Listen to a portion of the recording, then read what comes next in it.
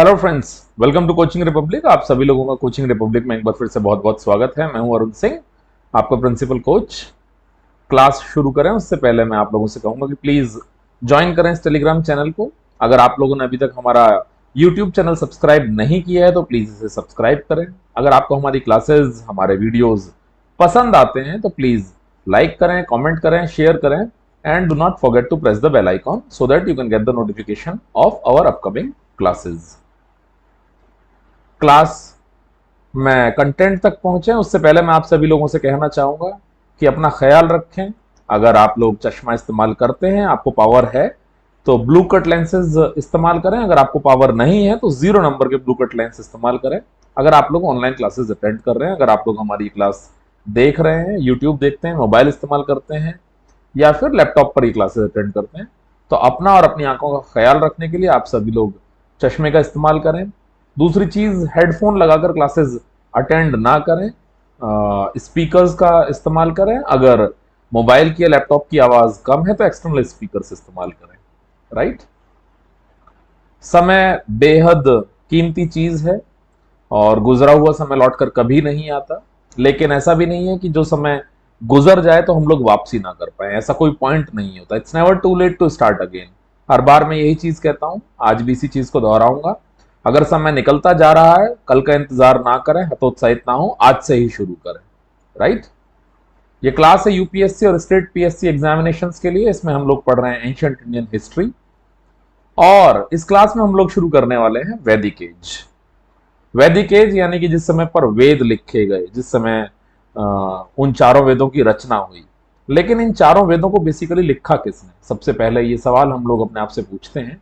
इस सवाल के आंसर ढूंढने की कोशिश करते हैं, आखिर वो कौन लोग थे जिन्होंने ये वेद लिखे, ये लोग कहाँ के रहने वाले थे, ये लोग कहाँ से आए थे। तो हम लोग इन्हें आर्यन कहकर बुलाते हैं। राइट। तो आर्यन कौन होते हैं, आर्यन कौन थे जिन्होंने इन वेदों की रचना करी, हम लोग इस चीज के आंसर तलाशने की कोशिश करते हैं।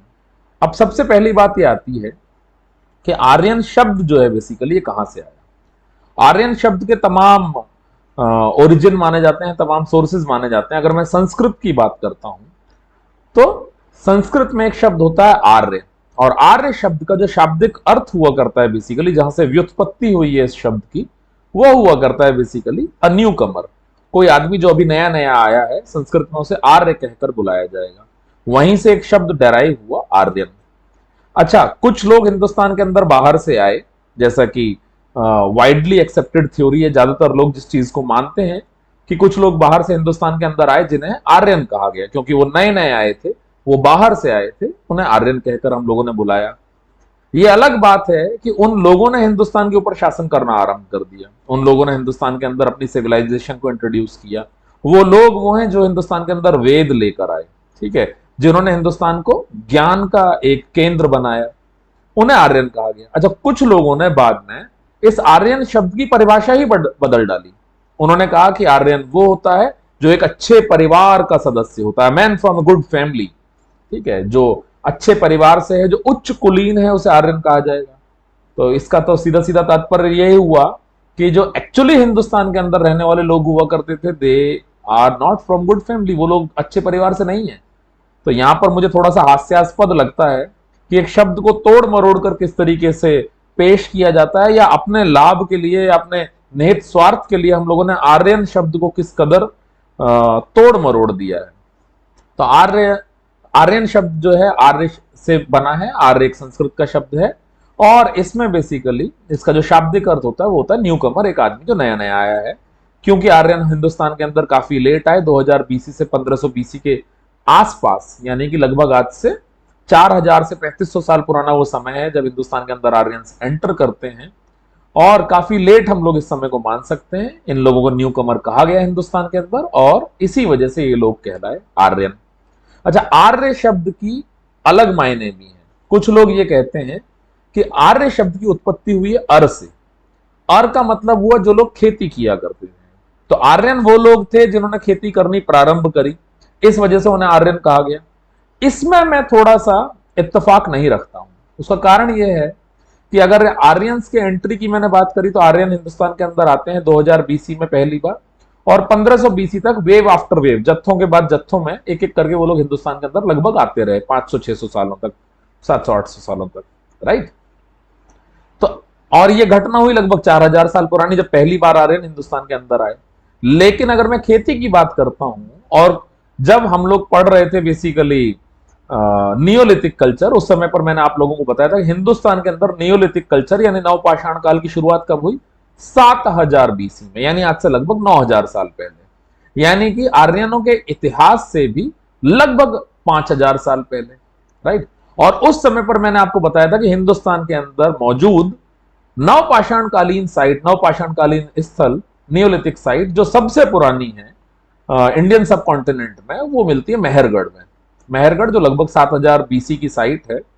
और they were the first one to produce cotton, वो पहले लोग थे जिन्होंने कॉटन की खेती करी। इन्हें प्री हड़प्पन पीरियड का भी माना जाता है, क्योंकि हड़प्पा के लोगों को भी हम लोग क्या कहते हैं कि they were the first one to produce cotton, right. तो हड़प्पा को हम लोगों ने 3 हिस्सों में बांट रखा था, एक था प्री हड़प्पन, एक था मैच्योर्ड हड़प्पन, एक था पोस्ट हड़प्पन। तो हड़प्पा सभ्यता से ही संबंधित इसके पहले चरण से, यानी प्री हड़प्पन फेज से मेहरगढ़ की अगर मैं निशानियों की बात करता हूं, तो they were the first one to produce cotton, वो सभी से पहले लोग थे जिन्होंने कपास का उत्पादन सबसे पहले किया। इसी वजह से हड़प्पा के लोगों को, यानी कि सिंधु घाटी सभ्यता के लोगों को, यानी कि इंडस वैली सिविलाइजेशन के लोगों को क्या कहा गया? सिंडन। ग्रीक्स के द्वारा इन्हें कहा गया सिंडन, जो शब्द कहां से आया? कॉटन और सिंधु से, सिंधु और कॉटन से। तो इस तरीके से शब्द बनता है कॉटन, सिंडन। तो ये मानना कि आर्यन शब्द की व्युत्पत्ति जो हुई है वो अर से हुई है, और अर का मतलब खेती करने वाला होता है। Aryan were the first one to do agriculture, to farming in India. ये मुझे थोड़ा सा गलत नजर आता है। वैसे भी अगर मैं ऋग्वैदिक कालीन इकोनॉमी की बात करता हूं, जो जब आर्यन हिंदुस्तान के अंदर अंदर आए थे, यानी लगभग 2000 बीसी से लेके और 1000 बीसी तक का समय, तो ये वो समय था जब हिंदुस्तान की इकोनॉमी या आर्यंस की इकोनॉमी बेसिकली खेती के ऊपर डिपेंड नहीं करती थी, ठीक है। वो पशुपालन के ऊपर, पशुचारण के ऊपर निर्भर करती थी। तो आर्यन शब्द का खेती से लेना देना या अर शब्द से इसकी व्युत्पत्ति होना थोड़ा सा डाउटफुल लगता है, इनफैक्ट बहुत ज्यादा डाउटफुल लगता है। अच्छा, अभी जैसे हम लोगों ने बात करी कि आर्यन वो लोग थे जो बाहर से आए, लेकिन बाहर से कहां से आए? आखिर कहां के रहने वाले हुआ करते थे आर्यन? इन लोगों का मूल निवास कहां का हुआ करता था? तो इनके लिए कहा जाता है कि भाई पोलैंड से लेकर और सेंट्रल एशिया तक आर्यंस का जो है मूल निवास हुआ करता था। ये हुआ पोलैंड और ये हुआ पूरा सेंट्रल एशिया का हिस्सा, राइट। तो अगर मैं बात करूं तो यहां से लेकर यहां तक का जो हिस्सा हुआ पूरा का पूरा, ये माना जाता है कि आर्यंस का मूल निवास हुआ करता था। काफी लंबे समय तक ये लोग यहीं पर रहे। यहां पर रहने के बाद इनमें से कुछ लोगों ने दक्षिण की तरफ चलना शुरू करा और कुछ लोगों ने यूरोप की तरफ चलना शुरू किया। एक ब्रांच इन लोगों की यहीं पर रही, जहां के मूल निवासी थे ये लोग यहीं रहे। कुछ लोग जो है यूरोप की तरफ चले जाते हैं और कुछ लोग दक्षिण की तरफ चले जाते हैं, जिसमें कुछ टर्की रुकते हैं। हिंदुस्तान में एंटर करने से पहले ये लोग ईरान में रुकते हैं और काफी लंबे समय तक ईरान में रहते हैं। इन सब चीजों को पॉइंट दर पॉइंट हम लोग अपनी अगली स्लाइड्स में डिस्कस करेंगे। तो आर्यंस के बारे में जैसे मैंने कहा कि जो वाइडली एक्सेप्टेड थ्योरी है, जो जनरली लोग ऐसा मानते हैं, उसके अनुसार आर्यन जो थे वो पोलैंड से लेकर सेंट्रल एशिया तक का जो स्ट्रेच है, ये यहां पर रहने वाले लोग हुआ करते थे, जो काफी लंबे समय तक वहीं पर रहे। In the second millennium BC they started moving from their original home. अपने मूल निवास से इन लोगों ने चलना शुरू किया यूरोप की तरफ और चलना शुरू किया दक्षिण की तरफ, राइट। एक ब्रांच जो थी बेसिकली वो वहीं पर रही। जो यूरोप की तरफ गए उन लोगों को पूर्वज माना जाता है ग्रीक्स का, रोमन्स का, जो यूरोप की तरफ जाते हैं, right. One branch of Aryans remained in their original home. एक ब्रांच ऐसी थी जो वहीं की वहीं रही, ठीक है, जिन्हें स्लेवोनिक पीपल कहा जाता है। स्लेवोनिक यानी कि जो लोग रशिया के, पोलैंड के या बुल्गारिया के रहने वाले होते हैं या आसपास के देशों के रहने वाले होते हैं, राइट, या सेंट्रल और ईस्टर्न यूरोप के जो रहने वाले लोग हुए, बेसिकली उन्हें स्लेवोनिक पीपल कहा जाता है। कि ये लोग वो हैं, आर्यंस की वो ब्रांच है जो कहीं नहीं गई, जो अपने घर पर ही रही, राइट। क्योंकि आर्यंस की 3 ब्रांचेस बनी जो अपने घर पर रही, स्लेवोनिक पीपल, रशिया के, पोलैंड के, बुल्गारिया के लोग या आसपास के लोग। उसके अलावा एक ब्रांच जो गई बेसिकली यूरोप की तरफ, जिनको पूर्वज माना जाता है ग्रीक्स का, जिनको पूर्वज माना जाता है बेसिकली रोमन्स का। और एक ब्रांच जो थी बेसिकली उसने दक्षिण की तरफ चलना शुरू किया, ये लोग टर्की में रुके और उसके बाद यहां से चलते चलते ये लोग ईरान में रुके, राइट। तो on their way to India the Aryan first appeared in Iran, सबसे पहली बार जब वो लोग भारत के रास्ते पर थे, वो लोग ईरान में रहते हैं और बहुत लंबे समय तक यहां पर इंडो ईरानियन सभ्यता का विकास करते हैं, राइट। तो अपने मूल निवास से इन्होंने दक्षिण की तरफ चलना शुरू किया, कुछ लोग टर्की में रुके, उसके बाद इन्होंने अपनी यात्रा जारी रखी, ईरान पहुंचे, हिंदुस्तान के अंदर एंटर करने से पहले काफी लंबे समय तक यहां पर रहे और यहां पर इन्होंने जिस सभ्यता का विकास किया उसे हम लोग इंडो ईरानियन सभ्यता के नाम से जानते हैं। अच्छा, उसके काफी समय बाद इन लोगों ने हिंदू कुश पर्वत पार किया खैबर पास से, और उसके बाद ये लोग हिंदुस्तान में एंटर करते हैं, राइट। अब इन्होंने यहां पर लंबे समय तक रुकने के बाद फिर से ईस्टवर्ड चलना शुरू किया और अफगानिस्तान में जो हिंदू कुश पर्वत पार हुआ करता था उसको इन्होंने खैबर के दर्रे से, खैबर पास से पास किया और ये लोग पहली बार हिंदुस्तान में एंटर किए, ठीक है। ये लोग पहली बार हिंदुस्तान के अंदर अपीयर हुए और ऐसा नहीं है कि ये लोग एक ही बार में सबके सब लोग आ गए और उन्होंने इंडिया रहना शुरू कर दिया। जो आर्यंस का इमिग्रेशन है, जो आर्यंस का हिंदुस्तान के अंदर आना हुआ, जो आर्यंस का इंडिया के अंदर पेनिट्रेशन हुआ, ये एक सतत प्रक्रिया चली, 500, 600, 700 सालों तक लगातार चलती रही। माना जाता है कि 2000 बीसी से लेके और 1500 बीसी तक, यानी कि 2000 ईसा पूर्व से लेके 1500 ईसा पूर्व तक, यानी कि आज से लगभग 4000 साल पहले से लेके 3500 साल पहले तक ये लोग wave after wave short intervals में हिंदुस्तान के अंदर आते चले गए। अच्छा, जब ये इंडिया के अंदर आ रहे हैं, जब पहली बार कोई आर्यन हिंदुस्तान आया हुआ था, ऐसा तो है नहीं कि हिंदुस्तान के जो मूल निवासी रहे होंगे उन्होंने कहा होगा आओ आओ, आप ही का तो इंतजार था, आपका स्वागत है। ऐसा बिल्कुल नहीं हुआ होगा। क्यों? क्योंकि उन्हें अपनी जमीन जाती हुई नजर आ रही होगी, उन्हें ऐसा लग रहा होगा कि कोई बाहर से आक्रांता आ रहा है, कोई इन्वेडर आ रहा है, हमारे ऊपर आधिपत्य जमाना चाहता है। न जाने किस नीयत से आ रहा है, इसकी नीयत अच्छी है या बुरी है, वो तो बहुत बाद में पता चलने वाली बात है। तो शुरुआत में क्या हुआ कि जब आर्यंस ने हिंदुस्तान के अंदर आना शुरू किया तो इनके यहां के मूल निवासियों के साथ लगातार युद्ध हुए, लगातार लड़ाइयां हुई। अच्छा, एक आर्यन जो लगभग 2000 बीसी में हिंदुस्तान आ गया और दूसरा आर्यन जो लगभग 1500 बीसी में हिंदुस्तान के अंदर आ रहा है, ये लोग भी आपस में लड़ने लगे। उसका कारण यह था कि एक आदमी जो इंडिया आया 500 साल पहले, उसकी तमाम पीढ़ियां गुजर चुकी हैं, 20 पीढ़ी बीत चुकी हैं, और उसके बाद एक नई पीढ़ी आर्यंस की इंडिया के अंदर एंटर कर रही है। तो जो पहले से ही रुका हुआ है, जिसके दादा परदादा तमाम खानदान तमाम पुश्तें हिंदुस्तान में थी, तो वो मानता है कि मैं हिंदुस्तान का मूल निवासी हूं। और ये लोग जो अब आ रहे हैं, ये लोग बाहर के आक्रांता हैं। तो जब आर्यन पहली बार इंडिया में आए तो उनके नॉन आर्यंस के साथ युद्ध हुए, लेकिन आर्यंस जब 500 सालों तक 600 सालों तक हिंदुस्तान में आते रहे, तब होने वाले युद्ध आर्यन वर्सेस आर्यन भी थे, राइट। क्योंकि जो पुराने आर्यंस थे उन लोगों ने नए आर्यंस को अपना शत्रु माना, ठीक है। तो they came in wave after wave at short intervals and had struggle, right. जो हिंदुस्तान के अंदर मूल निवासी हुआ करते थे उन लोग के साथ उनका युद्ध हुआ, और बाद के आने वाले जो आर्यन थे उनका तो पहले आए हुए आर्यंस के साथ भी युद्ध हुआ। बहुत शुरुआती दौर में उन्होंने पंजाब का एक बहुत बड़ा हिस्सा जो है अपने कब्जे में कर लिया। इंडिया के अंदर जब जिस रीजन में वो लोग आकर बसे, सबसे पहले उसे कहा गया सप्त सिंध वाले, ठीक है, सप्त सिंध वाले रीजन कहा गया, यानी कि 7 नदियों का प्रदेश। 7 नदियों का प्रदेश, इंडस रिवर, उसकी 5 सहायक नदियां और उसके अलावा सरस्वती नदी। तो इस पूरे रीजन में जो पंजाब तक फैला हुआ था, हिंदू कुश पर्वत से लेकर पंजाब तक जो फैला हुआ था, बेसिकली इसमें आर्यंस ने अपना आधिपत्य जमाया, आर्यंस ने अपना कब्जा किया। इस पूरे रीजन को सप्त सिंध वाले रीजन के नाम से जाना जाता है, यानी कि 7 नदियों का प्रदेश, करेक्ट। अच्छा, अब एक चीज और, जो अभी हम लोग ये सारा डिस्कशन कर रहे हैं, सारी चर्चा कर रहे हैं, ये हम कर रहे हैं ऋग्वेद के लिए, ठीक है। अभी कुछ देर पहले जैसे मैंने कहा कि हम लोग इस चैप्टर में पढ़ने वाले हैं वैदिक काल, अर्ली वैदिक काल, इसके बाद पढ़ेंगे हम लोग लेटर वैदिक काल, यानी प्रारंभिक वैदिक काल और उसके बाद उत्तर वैदिक काल। वैदिक काल को वैदिक काल क्यों कहा जाता है? क्योंकि ये वो समय है जिस समय पर वेद लिखे गए, क्योंकि इस समय के इतिहास को जानने के लिए जो हमारे पास लिटरेरी सोर्सेज, यानी जो लिटरेचर अवेलेबल है, उन्हें हम वेद कहते हैं। इसको हमने 2 हिस्सों में इसलिए बांटा है कि एक समय जिसको माना जा सकता है 1500 बीसी से लेकर 1000 बीसी तक का समय, ठीक है, उसको हम लोग अर्ली वैदिक पीरियड या प्रारंभिक वैदिक काल या फिर ऋग वैदिक काल बोलते हैं, क्योंकि इस समय पर केवल एक वेद ऋग्वेद लिखा गया। इसके बाद 1000 बीसी से लेकर 500 बीसी तक के समय को हम उत्तर वैदिक काल या लेटर वैदिक काल कहते हैं, राइट। तो जिस समय पर बाकी के 3 वेद लिखे गए, उसके अलावा ब्रह्मणाज लिखे गए, उसके अलावा अरण्यकाज लिखे गए, उसके अलावा उपनिषद लिखे गए और तमाम चीजें लिखी गई। ये जो वेद थे जिसकी वजह से उस समय को वैदिक काल या उत्तर वैदिक काल कहा जाता है, ये किसने लिखे? बेसिकली हम लोग कह रहे हैं कि आर्यंस ने लिखे, जो बाहर से आए थे।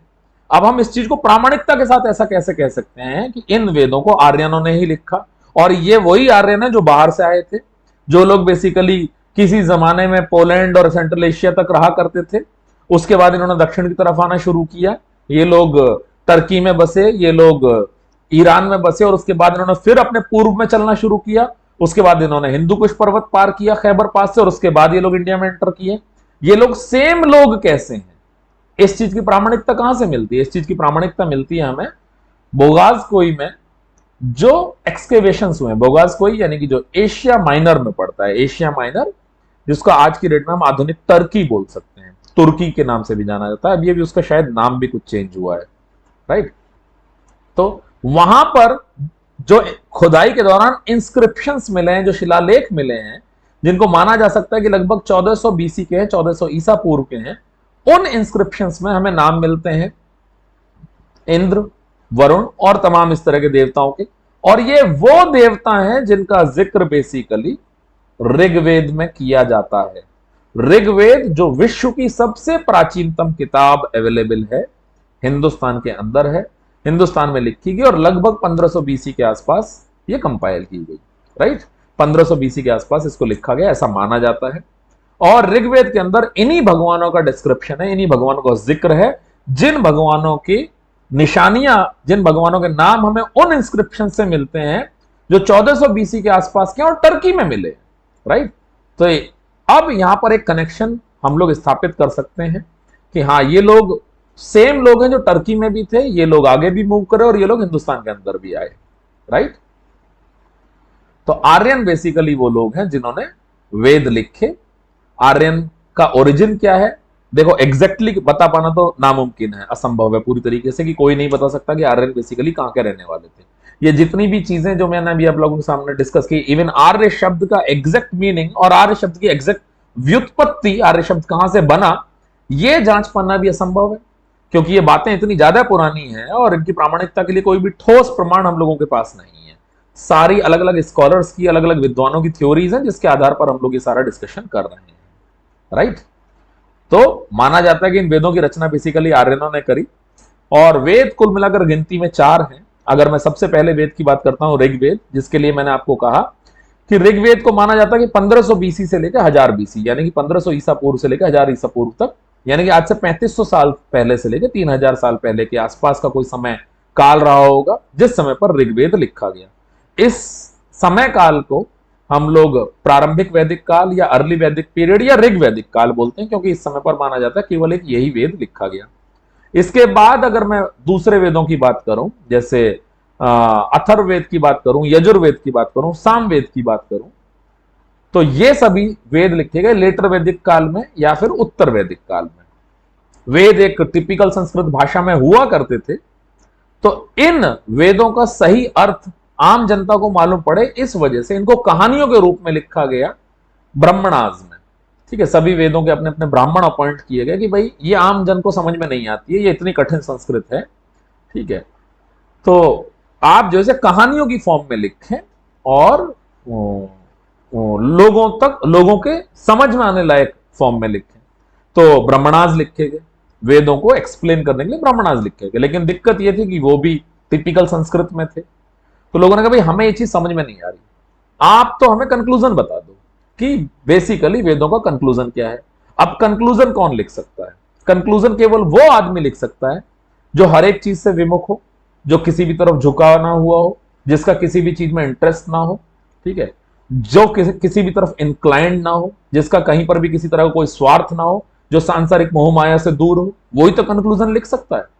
अब इस तरह का आदमी कौन होगा? जो संसार में रहेगा वो तो किसी न किसी चीज के प्रति आसक्त होगा, उसका किसी न किसी चीज के प्रति प्रेम होगा, किसी न किसी चीज में इंटरेस्ट होगा, किसी न किसी को वो फेवर करेगा, तो ब्रह्मणास के, ध्यान देना वेदों के नहीं, ब्रह्मणास का कंक्लूजन लिखा गया अरण्यक में। अरण्यक क्या है? ये बेसिकली उन लोगों ने लिखे जो सांसारिक सुखों से विमुख थे, जिन्हें सांसारिक सुखों से कोई लेना देना नहीं था, और किसे संसार से लेना देना नहीं है, जो जंगलों में रहता है। ठीक है, क्योंकि वो तो उस प्रकृति को ही अपना जीवन मान चुका है, उसे किसी चीज की लालसा नहीं है, उसे किसी चीज का लोभ नहीं है। जंगलों को कहा जाता है अरण्य, और क्योंकि इन्हें जंगलों में लिखा गया, इन्हें अरण्यों में लिखा गया, इसी वजह से इन्हें अरण्यक कहा गया। राइट।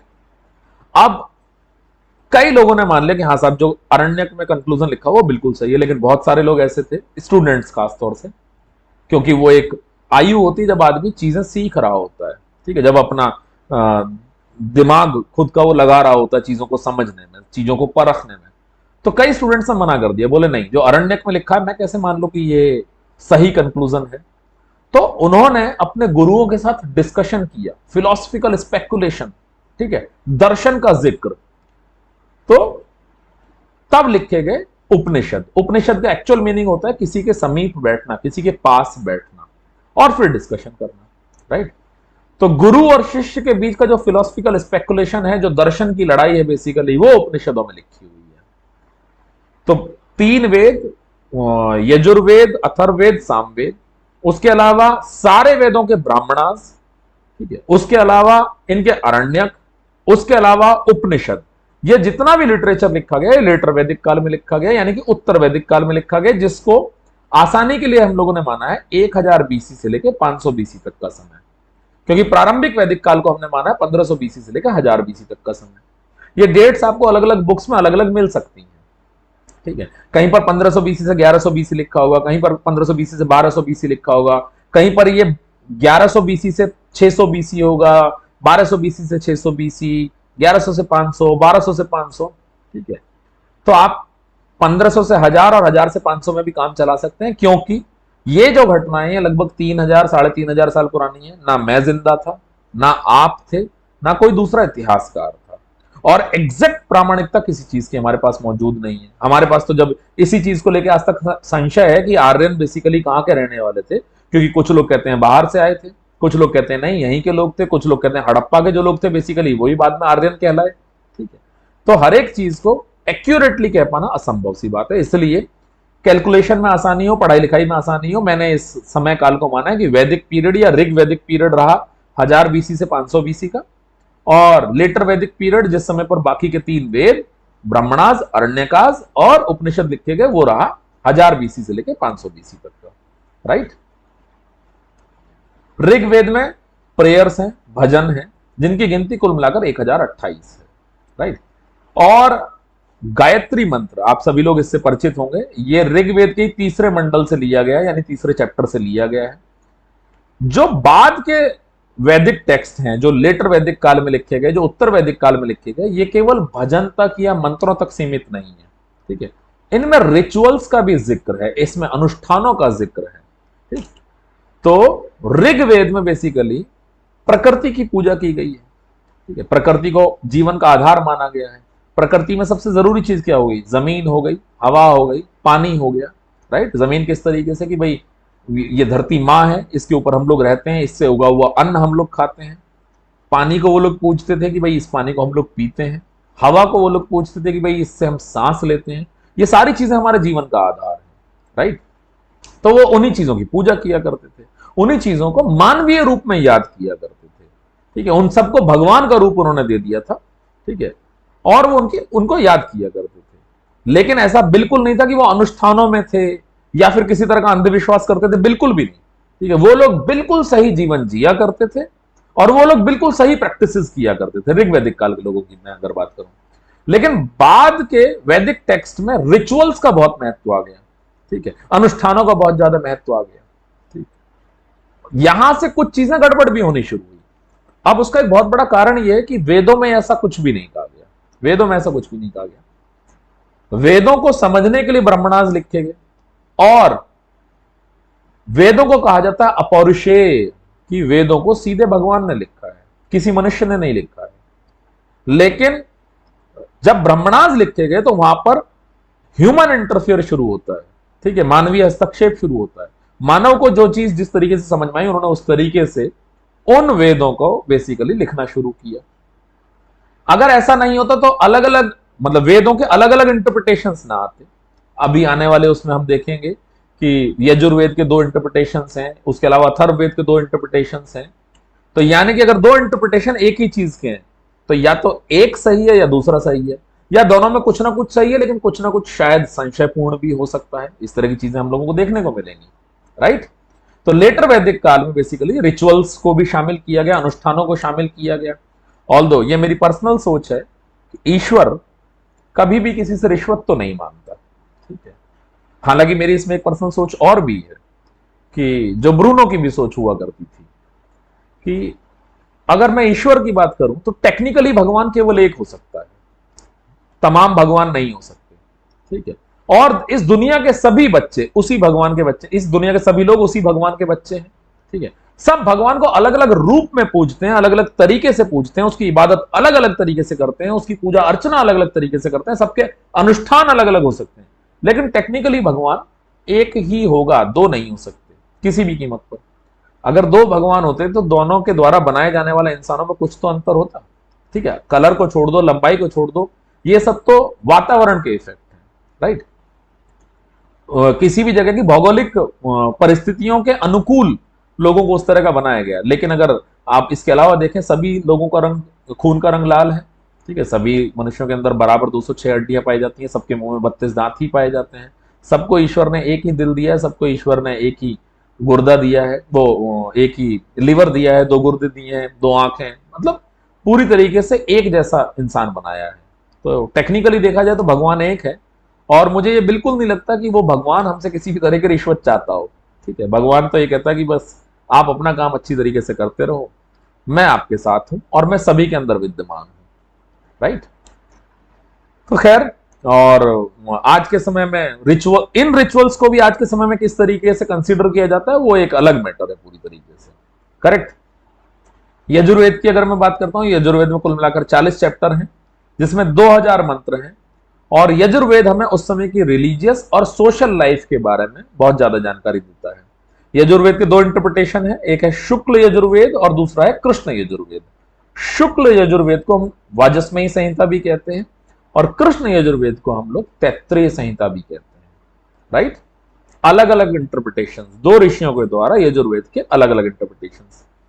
सामवेद की अगर मैं बात करूं, अभी जिन सोर्सेज की बात कर रहे हैं इसमें हम प्रारंभिक वैदिक काल और उत्तर वैदिक काल दोनों के सोर्सेज को डिस्कस कर रहे हैं। सामवेद की अगर मैं बात करता हूं तो ये विश्व का शायद सबसे प्राचीन प्रमाण है म्यूजिक का। कब से हिंदुस्तान के अंदर म्यूजिक, कब से हिंदुस्तान के अंदर संगीत विद्यमान है, आप अंदाजा लगा सकते हैं, राइट। सामवेद के अंदर लगभग 16,000 राग और रागनियां हैं, right. And this is the oldest evidence of Indian music.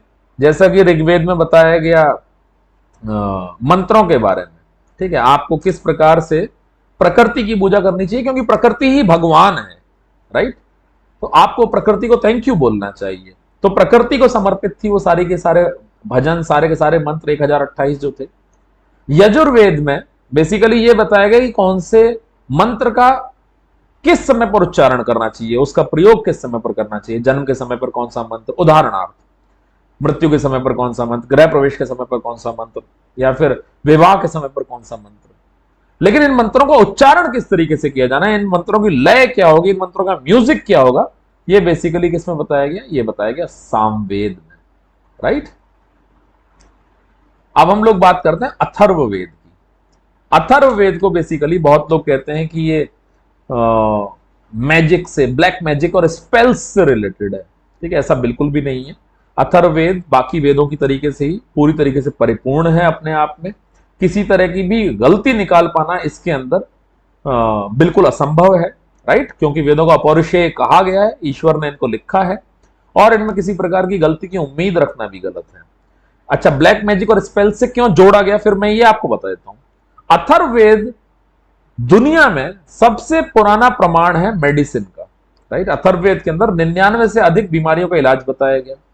अब लोग ये सोचते थे, लोगों का ये मानना था कि ये जो मनुष्य का शरीर है बेसिकली ये ब्रह्मा जी ने बनाया है, और मनुष्य के शरीर में अगर किसी तरह की कोई बीमारी आ जाती है तो उसे केवल ब्रह्मा जी ठीक कर सकते हैं। अब अथर्ववेद में बताई गई विधि को फॉलो करके अगर कोई बीमार आदमी ठीक हो जाता है तो लोग सोचते हैं कि ये तो असंभव है, कोई भी आदमी ठीक ही नहीं हो सकता, क्योंकि उस आदमी को तो केवल ब्रह्मा जी ठीक कर सकते थे, ये तो काला जादू है। और कुछ लोगों ने जिन्होंने इसे सच भी माना तो उन्होंने कहा कि ये अथर्ववेद नहीं, ये तो ब्रह्मवेद है। इसी वजह से अथर्ववेद को ब्रह्मवेद कहकर भी बुलाया जाता है, राइट। अथर्ववेद को बेसिकली दो ऋषियों अथर्व और अंगिरस ऋषि ने लिखा था, इसलिए इसे अथर्व अंगिरस कहकर भी बुलाते हैं। अथर्ववेद के भी दो इंटरप्रिटेशंस है, एक है पाइपलदा, दूसरा है सनुका। पाइपलदा जिसमें लगभग 6000 मंत्र हैं और इसको उड़ीसा में फॉलो किया जाता है, वहीं पर सनुका में जिसमें लगभग 5000 मंत्र हैं, इसको गुजरात में फॉलो किया जाता है, राइट। तो अथर्ववेद उस समय की परिवार, उस समय के सोशल स्ट्रक्चर, उस समय की पॉलिटिकल लाइफ और लिटर वैदिक काल के बारे में काफी अधिक जानकारी हम लोगों को प्रोवाइड कराता है। अच्छा, ऋग्वेद, यजुर्वेद और सामवेद, इन तीनों को मिलकर हम लोग क्या बोलते हैं? त्रजी या त्रयी। क्यों? क्योंकि ऋग्वेद में बेसिकली ये बताया गया कि कौन कौन से मंत्र हैं, यजुर्वेद में ये बताया गया कि किस उपलक्ष्य में कौन से मंत्र का उच्चारण करना चाहिए, किस मौके पर कौन से मंत्र का उच्चारण करना चाहिए, और सामवेद में यह बताया गया कि वो उच्चारण कैसे करना चाहिए, उसकी लय क्या होनी चाहिए, उसकी धुन क्या होनी चाहिए, उसका म्यूजिक क्या होना चाहिए। इसी वजह से इन तीनों वेदों को एक साथ त्रजी या त्रयी कहकर बुलाते हैं। क्लियर? तो ये हुई वेदों के बारे में डिस्कशन। अब हम लोग बात करते हैं अर्ली वैदिक एज की। अर्ली वैदिक एज जिसको हम लोग मानते हैं कि लगभग 1500 बीसी से लेके और 1000 बीसी तक का जो समय है, यानी 1500 ईसा पूर्व से लेके और 1000 ईसा पूर्व तक का समय, जिस समय पर यह माना जाता है कि केवल एक वेद, जिसे हम लोग ऋग्वेद बोलते हैं, केवल ऋग्वेद लिखा गया था। और इसी वजह से हम लोग अर्ली वैदिक पीरियड को, प्रारंभिक वैदिक काल को ऋग वैदिक पीरियड भी बोलते हैं, ऋग वैदिक काल भी बोलते हैं, राइट। तो अर्ली वैदिक पीरियड, जैसा मैंने आपको बताया, 1500 बीसी से लेकर 1000 बीसी तक का समय। अब आर्यंस के बारे में मैंने आप लोगों को बताया कि आर्यन जो है, जो अभी तक का सबसे वाइडली एक्सेप्टेड मत है, जो थ्योरी है, उसमें यही माना गया कि आर्यन हिंदुस्तान के अंदर बाहर से आए। उसमें मैंने ये भी आपको बताया कि ऐसा क्यों माना जाता है कि वेदों को इन्हीं आर्यनों ने लिखा जो बाहर से आए थे। उसका कारण मैंने बताया कि जो टर्की में बोगाजकोई में जो इंस्क्रिप्शंस मिले हैं, उनमें उन्हीं देवताओं का जिक्र है जो ऋग्वेद में किया गया है, राइट।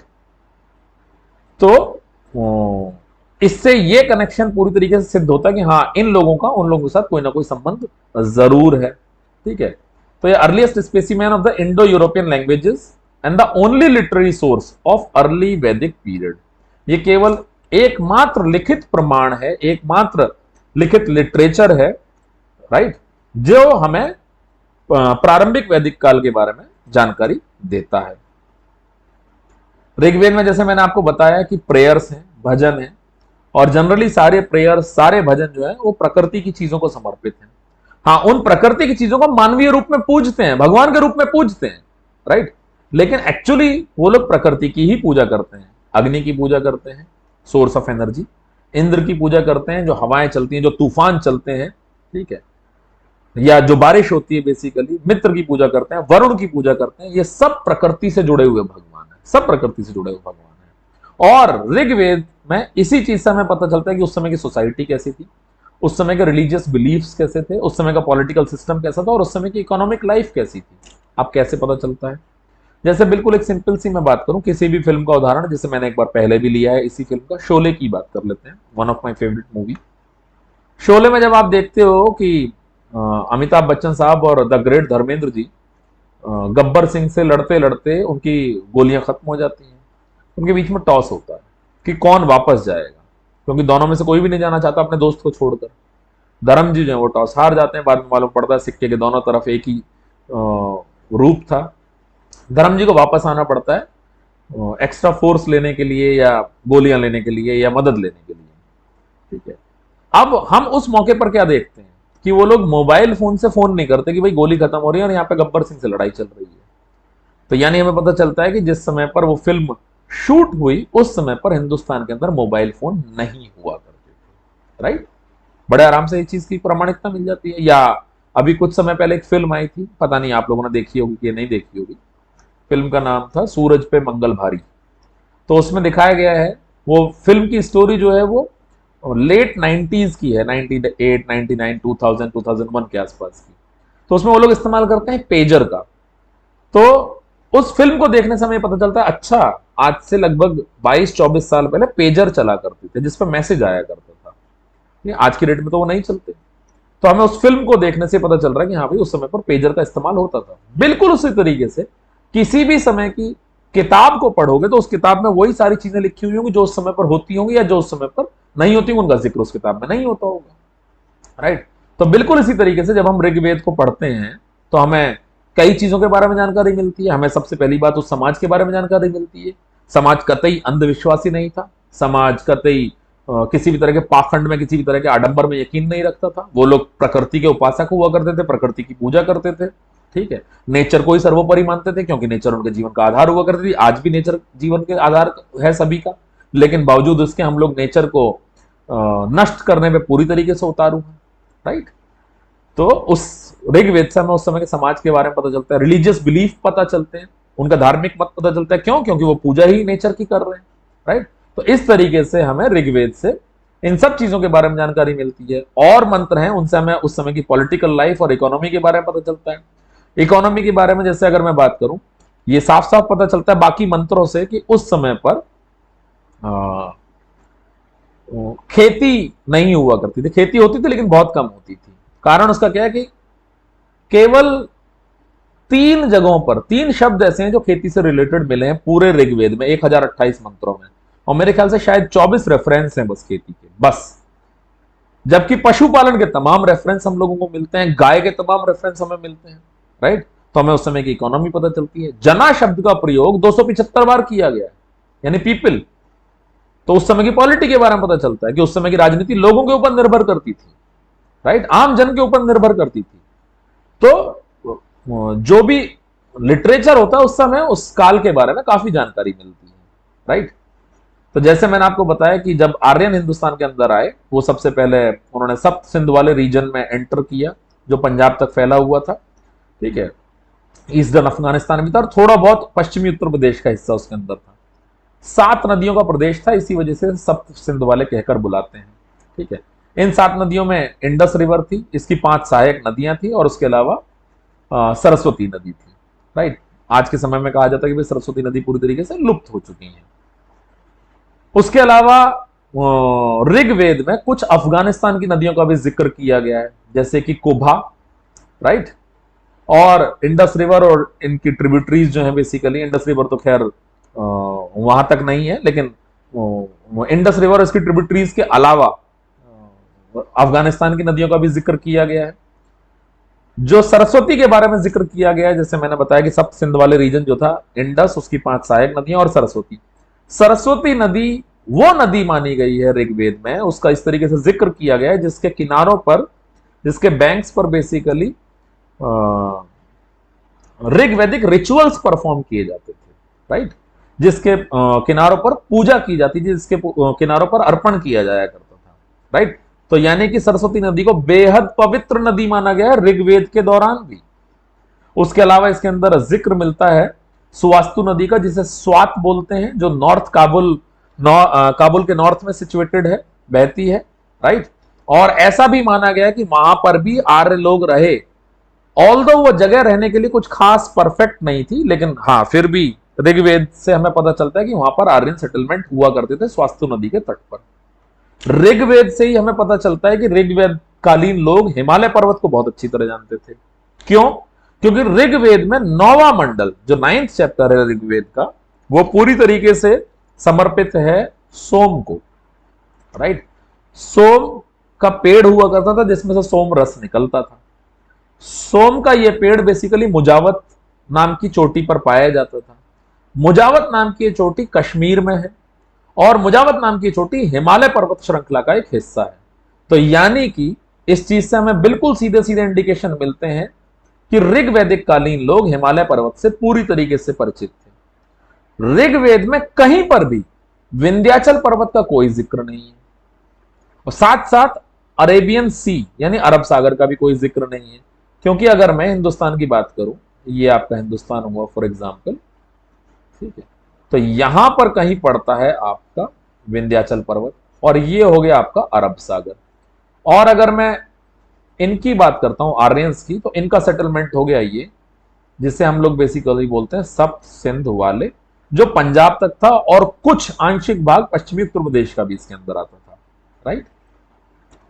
तो इस चीज से बिल्कुल क्लियर है कि ये लोग केवल पंजाब तक ही सीमित थे, ये लोग दक्षिण की तरफ नहीं गए थे। अगर गए होते तो इन्हें इस विंध्याचल पर्वत के बारे में भी मालूम होता और इन्हें इस अरब सागर के बारे में भी मालूम होता, और अगर इन्हें विंध्याचल पर्वत और अरब सागर के बारे में मालूम होता तो उस चीज का जिक्र ऋग्वेद में जरूर होता, जबकि ऋग्वेद में विंध्याचल पर्वत का और अरब सागर का कहीं पर भी कोई भी जिक्र नहीं है, राइट। अब हम लोग बात करते हैं बेसिकली किस तरह का समाज ऋग्वैदिक कालीन लोगों का हुआ करता था। तो ऋग्वैदिक कालीन समाज की अगर मैं बात करूं, सोशल लाइफ की मैं बात करूं, तो ये लोग सेमी नोमैडिक यानी कि आंशिक खानाबदोश हुआ करते थे। आंशिक खानाबदोश क्या हुए कि वो लोग जिनका अपना एक परमानेंट सेटलमेंट तो है, लेकिन वो भटकते हैं, यहां जाते हैं, फिर यहां के बाद यहां जाते हैं, यहां के बाद यहां जाते हैं, लेकिन अल्टीमेटली अपने घर वापस आ जाते हैं, राइट। अब ये यहां से यहां क्यों भटक रहे हैं? ये यहां से यहां भटक रहे हैं क्योंकि इनकी इकोनॉमी पेस्ट्रल इकोनॉमी हुआ करती थी, पशुचारण की इकोनॉमी हुआ करती थी। ये लोग अपने पशुओं को यहां चराते थे, जब यहाँ की परिस्थितियां विषम हो जाती थी या फिर यहाँ की घास खत्म हो जाती थी, तो ये लोग आगे बढ़ जाते थे, फिर यहां घास चराते थे, इसके बाद आगे बढ़ जाते थे, फिर यहां घास चराते थे और आखिर में अपने घर लौट आते थे। घर लौट आने पर वाकई में जश्न हुआ करता था, सेलिब्रेट किया जाया करता था इस चीज को, क्योंकि पशु ही धन होते थे, राइट। उसमें भी किसी भी आदमी की अमीरी या गरीबी ना नापी जाती थी गायों की संख्या से, जिसके पास ज्यादा गाय वो ज्यादा अमीर, जिसके पास कम गाय वो कम अमीर, राइट। तो पशुओं के लिए युद्ध हुआ करते थे, और अगर इस दौरान कोई आदमी उनके पशुओं को छीन कर ले जाए तो इनका नुकसान हो जाएगा। तो जब ये लोग लौटकर अपने मूल निवास पर वापस आते थे तो उस समय पर जश्न हुआ करता था, सेलिब्रेशन हुआ करता था।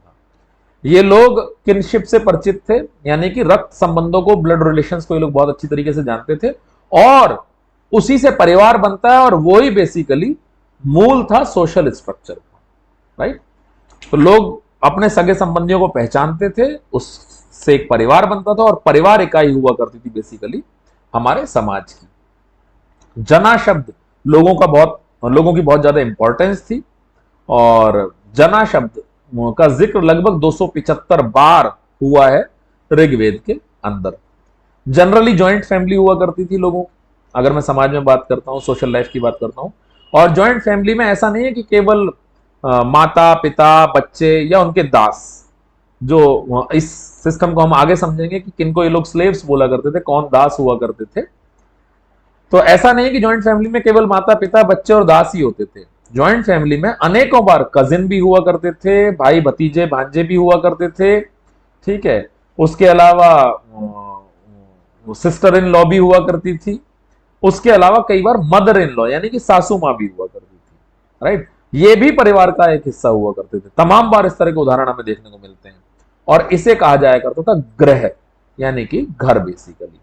तो आप ये देख सकते हो कि उस समय के लोग हमारे मुकाबले कितने ज्यादा एडवांस हुआ करते थे, उन लोगों की सोच कितनी ज्यादा विस्तृत हुआ करती थी, कितनी बड़ी सोच हुआ करती थी, right.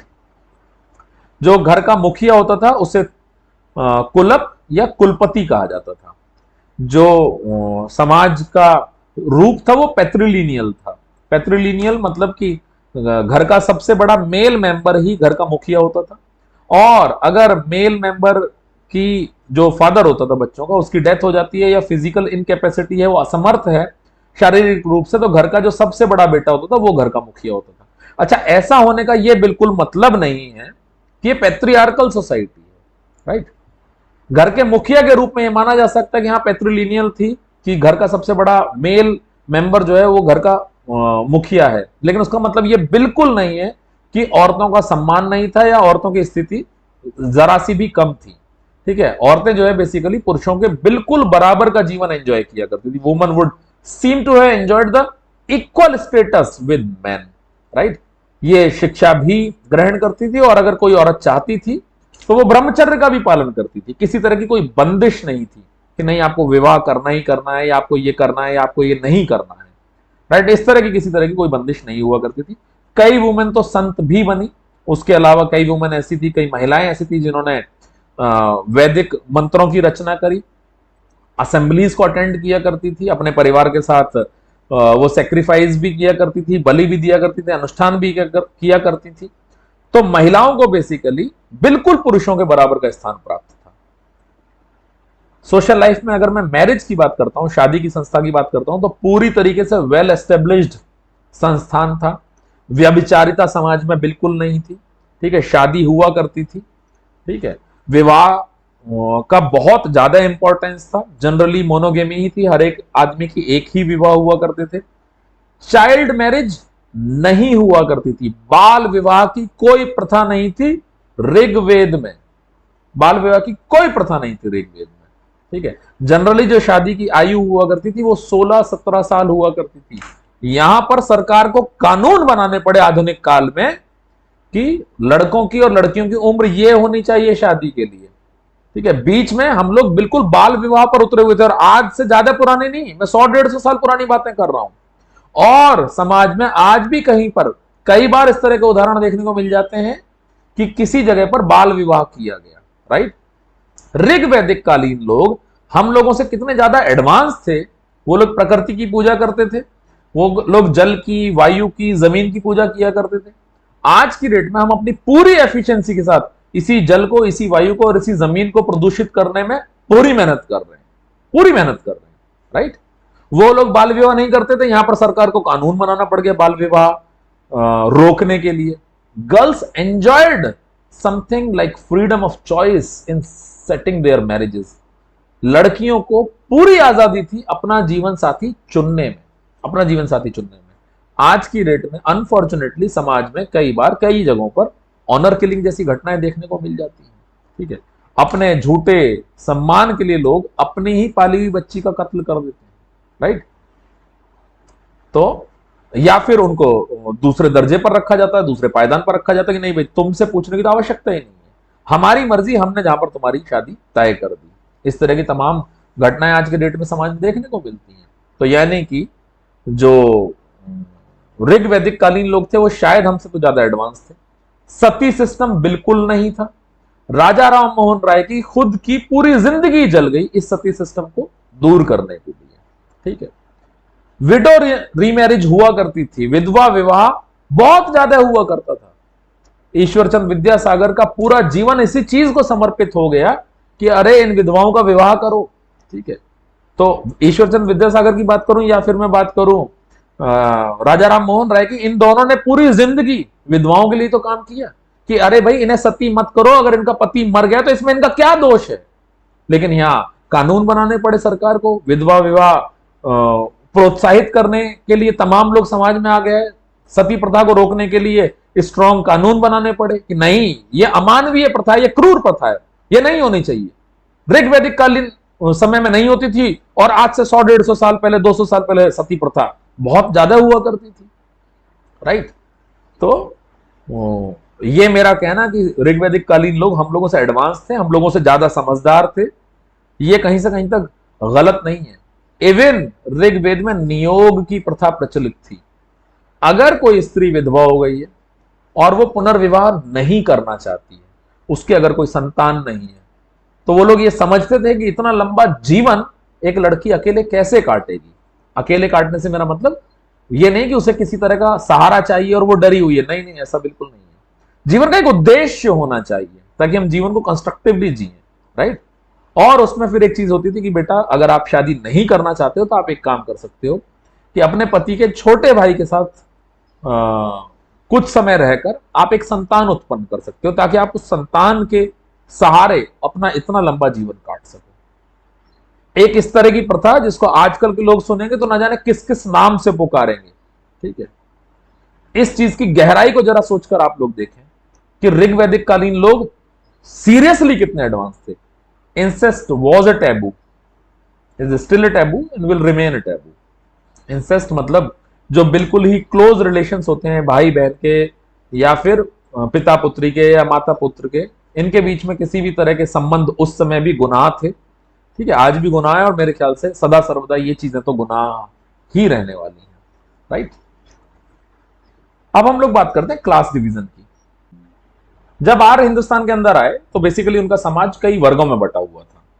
Priest, warriors, general public, यानी कि एक वर्ग था बेसिकली पुरोहितों का, दूसरा वर्ग हुआ करता था योद्धाओं का, और तीसरा वर्ग हुआ करता था आम पब्लिक का, आम जनों का। जो चौथा वर्ग है, वर्ग, वर्ण नहीं, वर्ग की मैं बात कर रहा हूं, जो चौथा वर्ग है दास और दस्युस का, बेसिकली उस चीज का उदय हिंदुस्तान में आने के बाद ही हुआ। उस चीज का उदय हिंदुस्तान के अंदर हुआ। अगर मैं शुरुआती दौर में ब्रॉडर स्केल पर, बड़े स्तर पर मैं बात करूं समाज के बटे होने की, तो समाज मुख्यतः दो धाराओं में बटा हुआ था। एक थे आर्यन, दूसरे थे नॉन आर्यन। आर्यन वो लोग थे जो बाहर से हिंदुस्तान के अंदर आए हुए थे, नॉन आर्यन यहीं के मूल निवासी हुआ करते थे। अगर मैं वर्ण व्यवस्था की बात करूं, सुसज्जित वर्ण व्यवस्था, इसका पहली बार जिक्र ऋग्वेद के 10वें मंडल में ही किया गया था, जिसका नाम है पुरुष सूक्त। तो पुरुष सूक्ता में 10वें मंडल में जो पुरुष सूक्त है उसमें बताया गया कि समाज 4 वर्णों में विभक्त होगा, जिसमें से एक वर्ण होगा ब्राह्मणों का, दूसरा वर्ण होगा क्षत्रियों का, तीसरा वर्ण होगा वैश्यों का, और चौथा वर्ण होगा शूद्रों का। इसमें ध्यान देने वाली बात यह है कि यह वर्ण व्यवस्था कतई किसी भी तरीके से जन्म के ऊपर आधारित नहीं थी, ये पूरी तरीके से कर्म के ऊपर आधारित थी। इसमें किसी भी प्रकार की ऊंच और नीच नहीं थी।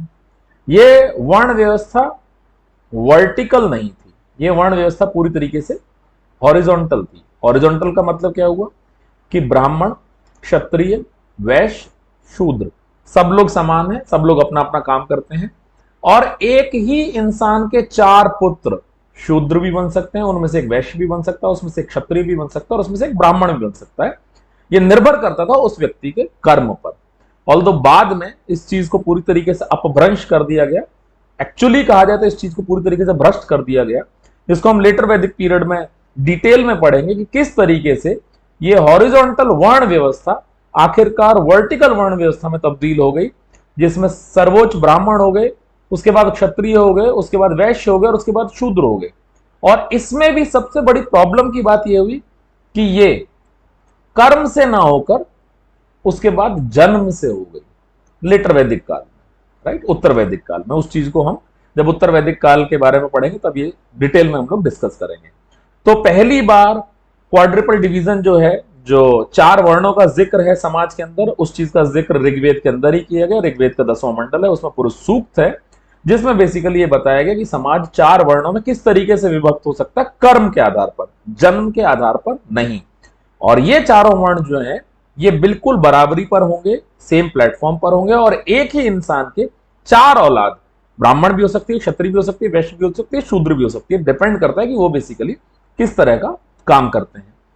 पुरुष सूक्ता में बेसिकली जैसे मैंने बताया ब्राह्मण, क्षत्रिय, वैश्य और शूद्र के बारे में बताया गया। इनकी जो तुलना की गई है वो कॉस्मिक मैन से की गई है, जिसके लिए एक आगे कि कॉस्मिक मैन का जो मुख है वो बेसिकली ब्राह्मण होंगे, कॉस्मिक मैन की जो भुजाएं हैं वो क्षत्रिय होंगी, कॉस्मिक मैन के जो जांघें हैं उनसे वैश्य, और जो टांग है, जो पैर है बेसिकली उनसे शूद्र बने, राइट। और जो पुरुष सूक्त है बेसिकली, ये जो मंत्र है, ये जो भजन है, ये इस पूरी वर्ण व्यवस्था को एक्सप्लेन करता है, और उसके अलावा ये भी बताता है कि इस पूरे ब्रह्मांड का क्रिएशन कैसे हुआ है, ब्रह्मांड किस तरीके से बना है, राइट। तो इन सारी चीजों की डिटेल्ड इंफॉर्मेशन हम लोगों को पुरुष सूक्ता में मिलती है। अच्छा, इस चीज को थोड़ा सा समझने की भी कोशिश करते हैं कि क्यों पुरुष सूक्ता में एक आ गया कि कॉस्मिक मैन के मुख से ब्राह्मण होगा, क्योंकि ब्राह्मण का काम हुआ करता है प्रीचिंग का, टीचिंग का, उपदेश देने का, मंत्र पढ़ने का, ठीक है, और इसके लिए आवश्यकता होती है मुख की।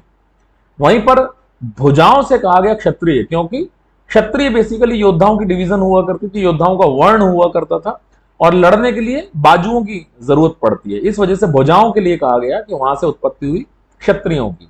बिल्कुल इसी तरीके से व्यापार करने के लिए जिस दौड़ भाग की जरूरत पड़ती है, जिस मेहनत की जरूरत पड़ती है, उससे जांघें, और बिल्कुल शारीरिक परिश्रम वाला काम जो है जिसमें सबसे अधिक आवश्यकता पैरों की होती है, वहां से बनते हैं शूद्र, राइट। अगर मैं वर्ण शब्द की बात करूं तो बिल्कुल शुरुआती दौर में वर्ण का मतलब एक्चुअल सिर्फ कलर से ही होता था, यानी कि रंग से होता था।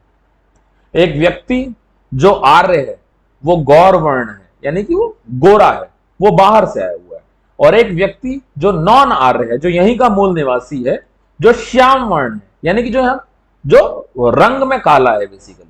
तो वर्ण का मतलब शुरुआत में सिर्फ रंग से था, और इसमें भी किसी प्रकार का यह भेद नहीं था कि इस वर्ण वाला, इस रंग वाला व्यक्ति श्रेष्ठ है और दूसरे रंगों वाला व्यक्ति जो है, या काले रंग वाला व्यक्ति जो है वो श्रेष्ठ नहीं है, या गोरे रंग वाला व्यक्ति श्रेष्ठ नहीं है, राइट। तो इस तरह का कहीं पर भी कोई भी जिक्र नहीं था। आज के समय में भी आपको तमाम इस तरह के उदाहरण देखने को मिल जाते हैं। तमाम क्रिकेट मैचेस में आपको ये चीज सुनने को मिलती है कि किसी क्रिकेट मैच में किसी विदेशी खिलाड़ी ने किसी भारतीय खिलाड़ी के ऊपर रंग भेद नीति के तहत कई बार छींटाकशी कर दी, स्किन कलर को लेकर दूसरे को अपमानित करने की कोशिश की गई या स्लेजिंग की कोशिश की गई। तो इस तरह की तमाम चीजें सुनने में मिलती हैं, जहां पर कई लोग ये साबित करने की कोशिश में लगे रहते हैं कि गोरी चमड़ी वाले व्यक्ति जो है वो सर्वश्रेष्ठ हैं। उनके अलावा अगर मैं काली चमड़ी वाले व्यक्तियों की बात करूं तो वो श्रेष्ठ नहीं है, वो निम्न श्रेणी में आते हैं। ठीक है, जिस तरीके से भारत के अंदर में अगर बात करूं तो भारत में कहा जाता है कि ब्राह्मण सर्वश्रेष्ठ हैं, क्षत्रिय उनके बाद आते हैं, वैश्य उनसे भी नीचे हैं, और शूद्र उनकी तो कहीं कोई गिनती नहीं है। ठीक है, उसके बाद अगर आप देखेंगे कि हर्ष काल में शुरुआत होती है अनटचेबल्स की, अछूतों की, राइट। वो समाज में एक नई समस्या जो है जड़ करती है, तो उनके बारे में हम लोग हर्ष काल के समय में पढ़ेंगे। लेकिन इस तरीके से जो डिवीजन लोगों के द्वारा किया गया, समाज में विभेद क्रिएट किया गया, वो वाकई में नाकाबिले बर्दाश्त चीज है, और ऐसा होना नहीं चाहिए मेरे ख्याल से, तो राइट। दास और दस्यूस जो है बेसिकली वो जीते गए आर्यनों के द्वारा, जो यहाँ के मूल निवासी हुआ करते थे। उनको स्लेव्स की तरीके से ट्रीट किया गया, शूद्रों की तरीके से ट्रीट किया गया, यानी कि उनसे काम करवाया गया। अगर मैं वुमन स्लेव्स की बात करता हूं, वो महिलाएं जो स्लेव बनाई गई, उनको या तो प्रीस्ट को, पुरोहितों को गिफ्ट किया गया, या फिर उनको डोमेस्टिक पर्पज में, घर के कामों में इस्तेमाल किया गया। उसके अलावा अगर मैं बात करूं तो बाकी जो स्लेव्स हुआ करते थे, पुरुष खासतौर से, उनको एग्रीकल्चर में डायरेक्टली इस्तेमाल नहीं किया गया, ठीक है, या किसी दूसरे मेहनत के काम में। ओवरऑल कहने का तात्पर्य यह है कि जो स्लेव हुआ करते थे, स्लेवरी एक इंस्टीट्यूशन नहीं थी, ठीक है। किसी आदमी को खाना खाने के लिए गुलाम बनकर काम करने की आवश्यकता नहीं थी, इस तरीके से नहीं था, राइट। तो thus the slavery as an institution was not there केवल वेज के लिए या फिर वेतन कमाने के लिए या फिर दिहाड़ी कमाने के लिए किसी आदमी को मजदूरी नहीं करनी पड़ती थी। Social division based on collection of taxes और accumulation of landed property were completely absent. किसी आदमी के पास कितनी ज्यादा संपत्ति है या कौन आदमी कितना ज्यादा टैक्स भरता है, इस चीज से किसी भी तरीके से सोशल स्टेटस डिफाइन नहीं होता था कि हाँ ये बहुत बड़ा आदमी है या ये बहुत छोटा आदमी है। ओवरऑल कहने का मतलब यह है कि समाज जो था वो समानतावादी था। समाज में सभी लोगों को जो टोटल वेल्थ हुआ करती थी राज्य की, वो सभी लोगों में बांटी जाया करती थी, राइट। इस चीज का जिक्र तमाम जगहों पर हमें देखने को मिलता है ऋग्वेद के दौरान, जिसमें भाग और अंश का कई बार प्रयोग किया गया है। भाग और अंश से साबित होता है कि लोगों में जो टोटल वेल्थ हुआ करती थी वो सब में बांटी जाया करती थी, सब में बांटी जाया करती थी। तो अगर कोई किसी आदमी के ऊपर ये आक्षेप लगाया जाता है कि वो किसी दूसरे से मजदूरी करवा रहा है खाना देने के लालच में, तो ये बेबुनियाद आरोप थे। ऋग्वैदिक कालीन सभ्यता जो थी वो कहीं ज्यादा आगे हुआ करती थी, और एटलीस्ट खाना खाने के लिए, दिहाड़ी कमाने के लिए आदमी को मजदूरी करने की जरूरत नहीं थी। जो स्लेव्स हुआ करते थे, जो दास हुआ करते थे, दस्युस हुआ करते थे, वो मेहनत का काम करते थे, जरूर करते थे, लेकिन क्योंकि उन्हें जीता गया था और उनको वो जिम्मेदारी दी गई थी, उसके तहत करते थे। उनका जीवन मरण उस चीज पर निर्भर नहीं करता था, राइट। सोशल लाइफ में एक जरूरी चीज आती है, दैट इज फूड, कि किस तरह का खाना बेसिकली ऋग्वैदिक काल में लोग खाया करते थे। तो वेजिटेरियन, नॉन वेजिटेरियन दोनों तरह का भोजन उस समय पर चला करता था। गेहूं और जौ जो है बेसिकली ये उस समय की मुख्य फसल हुआ करती थी। अगर मैं एग्रीकल्चर की बात करता हूं, एग्रीकल्चर बहुत ज्यादा प्रचलन में नहीं था, और हमारी इकोनॉमी तो एग्रीकल्चर के ऊपर बिल्कुल भी बेस्ड नहीं थी, right. Rice was introduced only during the later Vedic age. तो जो चावल है वो बहुत लेट इंट्रोड्यूस हुआ, ऑल्दो इससे भी पुरानी सभ्यता की अगर मैं बात करूं, क्योंकि इस समय हम लोग बात कर रहे हैं 1500 बीसी की, ठीक है, 1500 बीसी की, 1500 ईसा पूर्व की। अगर मैं बात करता हूं हड़प्पा सभ्यता की, जिसकी डेट है 2500 बीसी से लेके एंड 1750 बीसी तक की, यानी कि 2500 ईसा पूर्व से 1750 ईसा पूर्व तक की, और उसमें एक साइट हुआ करती थी लोथल, और वहां के लोग चावल भी उगाया करते थे और हाथी भी पाला करते थे, राइट। तो वो लोग इनसे कहीं पहले चावल की खेती किया करते थे, इस तरह की निशानियां वहां से मिली हैं। लेकिन अगर मैं ऋग्वैदिक कालीन सभ्यता की बात करूं, जो मुख्यतः पशुचारण के ऊपर बेस्ड थी जिनकी इकोनॉमी, तो यहां पर जो है बेसिकली अगर मैं फूड ग्रेन्स की बात करता हूं तो जौ और गेहूं मुख्य फसल हुआ करती थी, चावल बहुत बाद में इंट्रोड्यूस हुआ इनके खाने में, राइट। डेयरी प्रोडक्ट्स की अगर मैं बात करूं, दूध की, घी की, बटर की, ये सब चीजें बहुत अच्छी मात्रा में प्रयोग हुआ करती थी। उसके अलावा शुगर क्रेन फूड्स, यानी कि आपके जो गन्ना है बेसिकली, सब्जियां, ये सारी चीजें आहार में ली जाया करती थी। नॉन वेज में मछली हो गई, बर्ड्स हो गई, गोट हो गई, शीप हो गई, कैटल्स हो गए, ये सारी चीजें नॉन वेज में प्रयोग में लाई जाया करती थी। खाना आग में पकाकर खाया जाता था, ठीक है। या तो वो मिट्टी के बर्तनों में पकाया जाता था, या फिर गड्ढे किए जाते थे जमीन के अंदर। आप लोगों ने अगर कोई गांव से ताल्लुक रखता हो तो वहां पर इस तरह की भी आकृतियां होती हैं, बड़े चूल्हे जो हुआ करते हैं, ठीक है, वो इस तरीके से होता है, और इसके अंदर यहां पर एक मटका रखने की व्यवस्था की जाती है, राइट, थोड़ा सा गहराई में। तो इसमें जो है दूध पकाया जाता है जनरली, मेरे यहाँ की लोकल लैंग्वेज में इसे हारा बोला जाता है। तो वहाँ अलग अलग जगहों पर ये सारी चीजें प्रयोग होती हैं और इनके नाम अलग अलग जगहों पर अलग अलग होते हैं। तो इसको बेसिकली पिट्स भी कहते हैं, जो लगभग थोड़ा सा गड्ढा बना दिया जाए।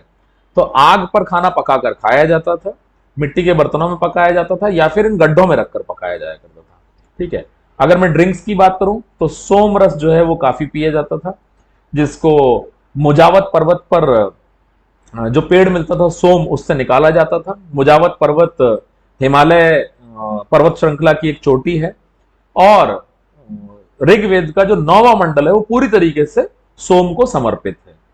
तो जैसे मैंने आपको बताया था कि लिटरेरी सोर्सेस से हमें काफी कुछ जानकारी मिलती है उस समय को जानने की, और अब तक की जितनी भी जानकारी है, चाहे वो सामाजिक रही हो, चाहे वो इकोनॉमिक रही हो, चाहे वो खाने पीने की रही हो, ये सारी चीजों की जानकारी हमें ऋग्वेद से ही मिलती है।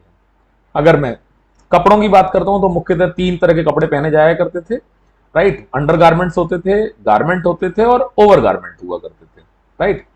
तो ये वस्त्र जो है उस समय के लोग धारण किया करते थे। ओवर गारमेंट जो थे वो वुल के हुआ करते थे या फिर स्किन के हुआ करते थे, और येलो और रेड कलर के हुआ करते थे जनरली, जो ऊपर से चोंगा जो पहना जाया करता था एक तरीके से, या ओवरकोट जो पहना जाया करता था, राइट।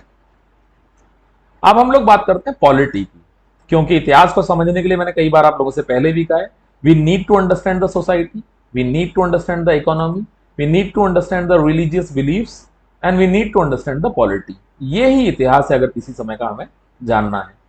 अब हम लोग वैदिक एज की पॉलिटी के बारे में बात करते हैं, राजनीति के बारे में बात करते हैं, अर्ली वैदिक काल में या फिर ऋग्वैदिक काल में। तो ऋग्वैदिक काल की अगर मैं लोगों की बात करता हूं, वो लोग सेमी नोमैडिक हुआ करते थे, ट्राइब्स थे। सेमी नोमैडिक का मतलब आंशिक खाना बदोश, जो अपने जानवरों को एक जगह से दूसरी जगह, दूसरी जगह से तीसरी जगह, तीसरी जगह से चौथी जगह, और फिर अपने मूल निवास पर लौट के आया करते थे, ठीक है। पेस्ट्रल इकोनॉमी थी, पशुचारण की इकोनॉमी हुआ करती थी। और ऋग्वैदिक पॉलिटी, क्योंकि लोग जो है वो ट्राइबल सोसाइटीज से ही थे मुख्यतः, ठीक है। तो ऋग्वैदिक पॉलिटी जो है उसमें ट्राइबल पॉलिटी ही सबसे महत्वपूर्ण अंग थी अगर देखा जाए तो। जिस तरीके से समाज की इकाई परिवार था, बिल्कुल उसी तरीके से पॉलिटी की इकाई भी परिवार ही हुआ करता था, ठीक है। Family was the basis of both social and political organisation. तो जिस तरह समाज जो है बेसिकली उसकी इकाई होती है एक परिवार, परिवार जहां रहता है, उसके बाद एक कॉलोनी क्रिएट हो जाती है, उससे गांव बनते हैं, या उनसे फिर शहर बनते हैं, उनसे प्रदेश बनते हैं, देश बनते हैं। तो बिल्कुल उसी तरीके से पॉलिटी के ऑर्गेनाइजेशन के बारे में भी अगर मैं बात करूं ऋग्वैदिक कालीन, तो बेसिकली फैमिली ही उसका मूल था, फैमिली उसका बेसिस था। फैमिली, अगर मैं पॉलिटी के एवोल्यूशन की बात करता हूं तो पीपल, लोग, ठीक है, जिन्हें जना या ट्राइब कह के बुलाया जाता था, ट्राइबल लोग हुआ करते थे। इनसे मिलकर बनता था समूह, जिसे विस कहकर बुलाते थे, एक क्लैन। वो समूह गांव में रहा करता था, उससे ग्राम बनता था, और उसके बाद इस तरह के ग्रामों को मिलाकर बनते थे बेसिकली राष्ट्र। राष्ट्र शब्द पहली बार इंट्रोड्यूस हुआ था हिंदुस्तान के अंदर, ठीक है, जिसका तात्पर्य देश से ही है बेसिकली देखा जाए तो। जो भी ट्राइब को लीड किया करता था, जो राजा हुआ करता था, उसका रजनी कहकर हम लोग बुलाते थे। जो रजनी था बेसिकली ये चुना जाया करता था जनरली अपने युद्ध कौशल के दम पर, ठीक है, और अपनी लीडरशिप के दम पर जो युद्ध के दौरान वो दिखाया करता था, जो मेनली गाय के लिए लड़े जाया करते थे। मैं बिल्कुल क्लियर कर देना चाहता हूं इस चीज को लेकर, क्योंकि ऋग्वैदिक कालीन इकोनॉमी जो थी वो पशुपालन के ऊपर बेस्ड होती थी, यानी कि उस इकोनॉमी में प्रॉपर्टी पशु ही होते थे। जिस आदमी के पास ज्यादा पशु होंगे, उसमें स्पेशली गाय जिस आदमी के पास सबसे ज्यादा होंगी, वो आदमी सबसे अमीर होगा। इसको अभी हम इकोनॉमी वाले सेगमेंट में और डिटेल में जानेंगे, राइट। तो इसलिए जो युद्ध हुआ करते थे वो भी मुख्यतः जानवरों के लिए, और उसमें भी मुख्यतः गाय के लिए हुआ करते थे। जो मैंने जनों की बात करी, जहां से पॉलिटी की शुरुआत हो रही है, राइट, जन, जन के बाद विस, विस के बाद आपका ग्राम, और ग्राम के बाद राष्ट्र।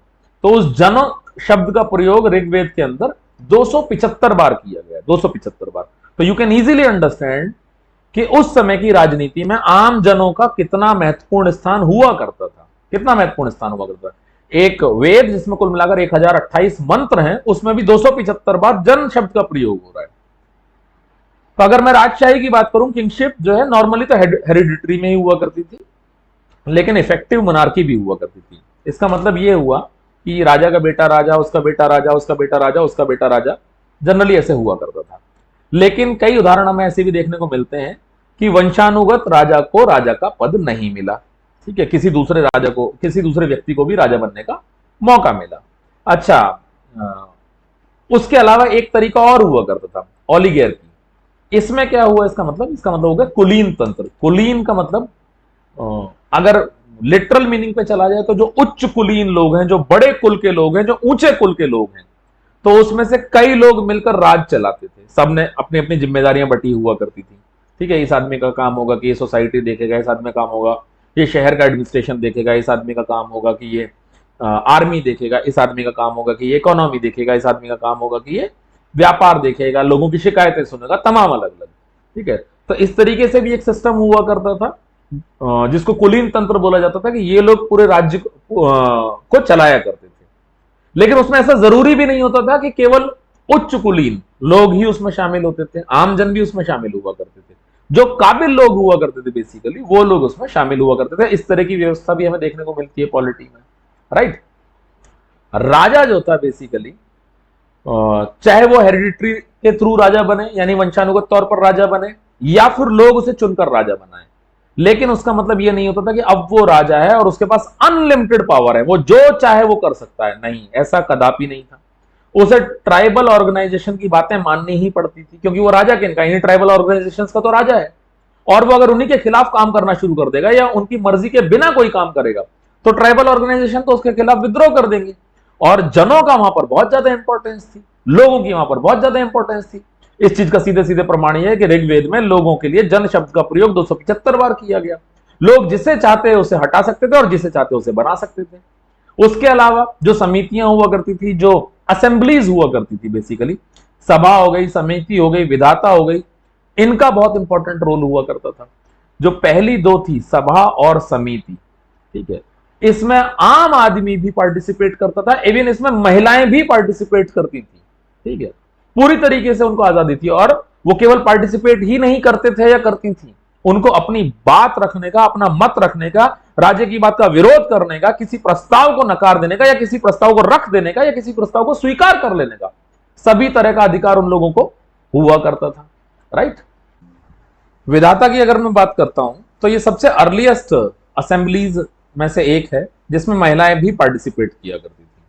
ये सारी असेंबलीज, चाहे सभा हो, चाहे समिति हो, चाहे विधाता हो, ये सभी चीजों के लिए काम किया करती थी, चाहे वो पॉलिटिकल मैटर हो, सोशल हो, रिलीजियस हो, कल्चरल हो, या फिर इकोनॉमिक हो।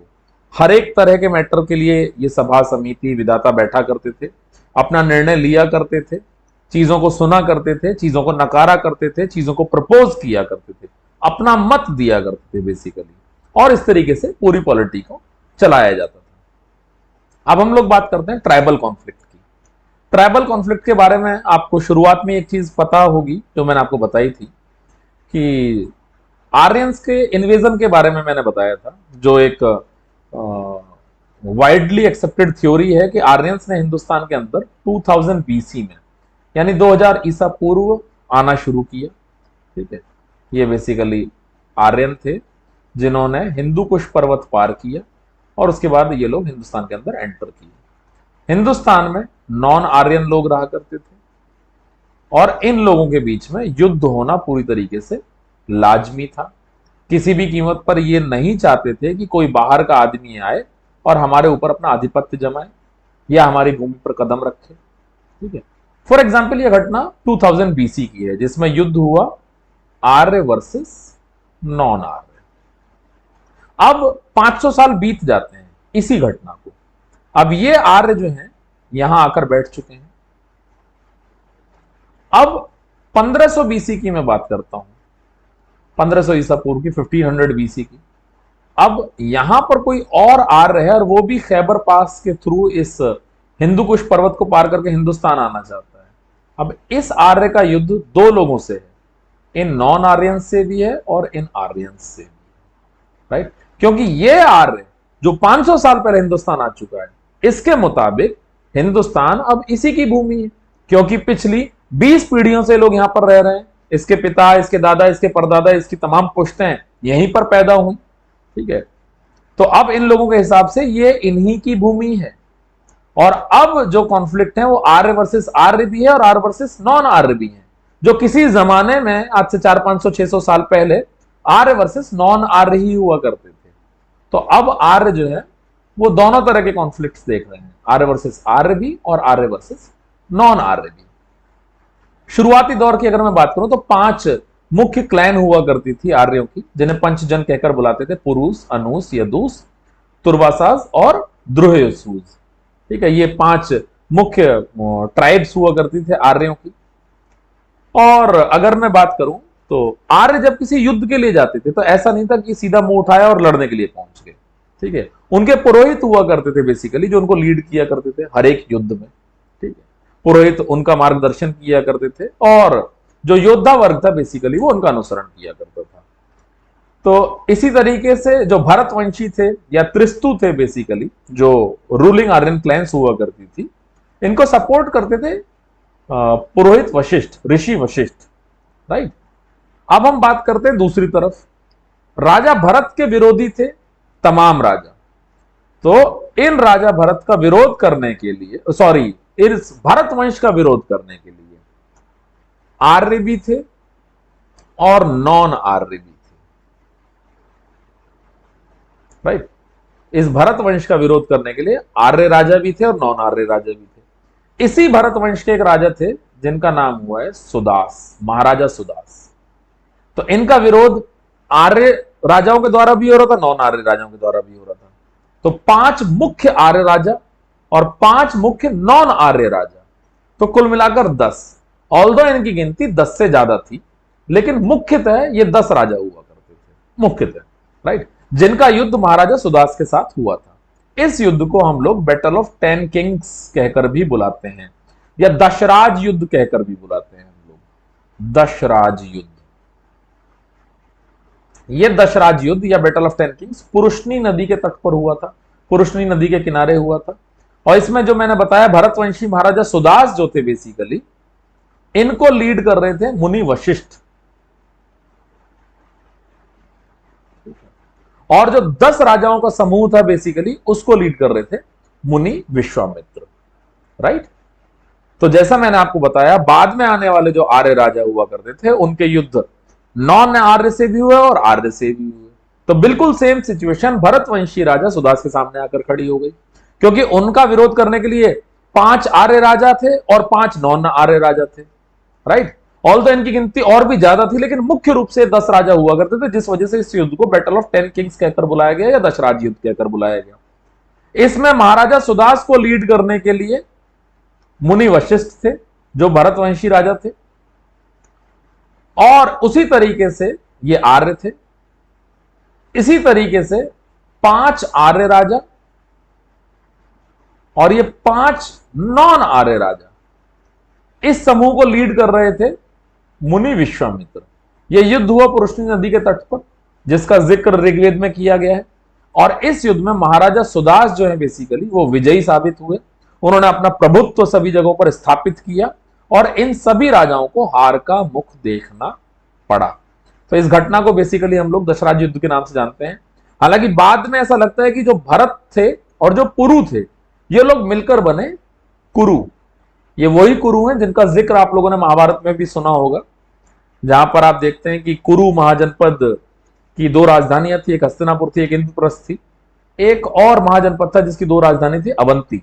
अवंती की एक राजधानी उज्जैन थी और दूसरी थी माहिष्मती। राइट।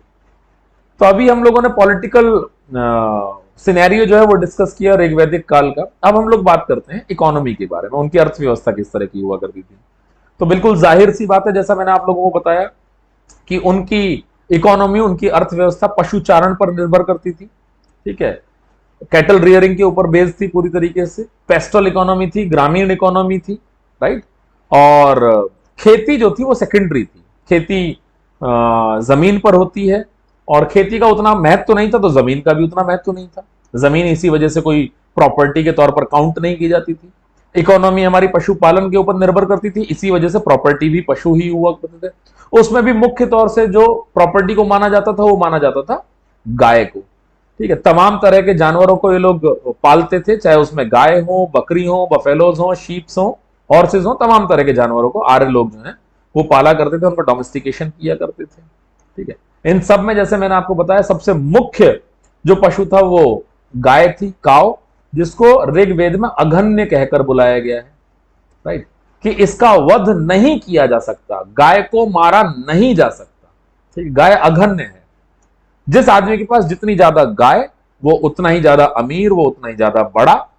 तो आदमी का जो सोशल स्टेटस मेजर किया जाता था वो जानवरों की संख्या और मुख्यतः गाय की संख्या के ऊपर निर्भर करता था, ना कि जमीन के ऊपर। राइट, जमीन कोई प्रॉपर्टी नहीं थी। जितने बड़ा औहदा होता था उसमें भी गाय शब्द का हम लोग प्रयोग करते थे। जैसे कि जो बहुत अमीर आदमी होता था उसको गोमत कहकर बुलाते थे। जो युद्ध हुआ करते थे वो गाय के लिए ही हुआ करते थे, क्योंकि गाय ही प्रॉपर्टी थी। इस वजह से उन युद्धों को गैविष्टि कहकर बुलाया जाता था। जो चीफ हुआ करता था जना का, उसे गोपति कहकर बुलाते थे।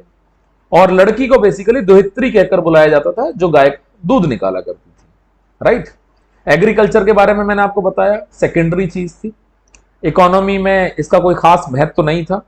ठीक है, और क्योंकि जमीन के ऊपर होती है खेती और खेती का महत्व तो नहीं है, तो इसलिए जमीन का भी कोई महत्व नहीं, उसको प्रॉपर्टी के तौर पे काउंट नहीं किया जाता था, जैसे मैंने अभी आपको बताया। राइट। एनिमल हस्बेंड्री के समकक्ष अगर देखा जाए तो खेती की कोई वैल्यू नहीं थी। ऋग्वेद में केवल 24 रेफरेंस ऐसे मिलते हैं जो खेती से संबंधित हैं, और केवल 3 शब्द ऐसे हैं ऋग्वेद के अंदर जो खेती की तरफ इंगित करते हैं, जो खेती की तरफ इशारा करते हैं। केवल 3 शब्द। राइट। ऋग्वेद में केवल एक ही फसल का या फिर एक ही अनाज का जिक्र किया गया है, यर्का, जिसे बेरली के तौर पर देखा गया है, यानी जिसको हम बोलते हैं जौ। राइट। ऑल्दो ऋग्वैदिक कालीन लोग जो हैं वो थोड़ी बहुत खेती किया करते थे, जिसके लिए वो एक लकड़ी के हल का इस्तेमाल करते थे, जिसे लांगल कहकर कहा बुलाया गया है। लांगल आज के समय में भी, अगर मैं गलत नहीं हूं तो मराठी लैंग्वेज में हल को लांगल ही कहा जाता है। राइट। जमीन को कोई इंपॉर्टेंस नहीं दी जाती थी, प्रॉपर्टी नहीं थी तो इसको दान में भी नहीं दिया जाता था, कोई युद्ध भी इसके लिए नहीं लड़ा जाया करता था। जो भी युद्ध थे वो गाय के लिए ही थे, क्योंकि वही प्रॉपर्टी के तौर पर काउंट की जाती थी। अगर मैं उस समय के क्राफ्ट की बात करता हूं, उस समय की क्राफ्ट इंडस्ट्री के बारे में बात करता हूं, तो वो बिल्कुल ही शुरुआती चरण में थी। ठीक है, बिल्कुल ही शुरुआती चरण में।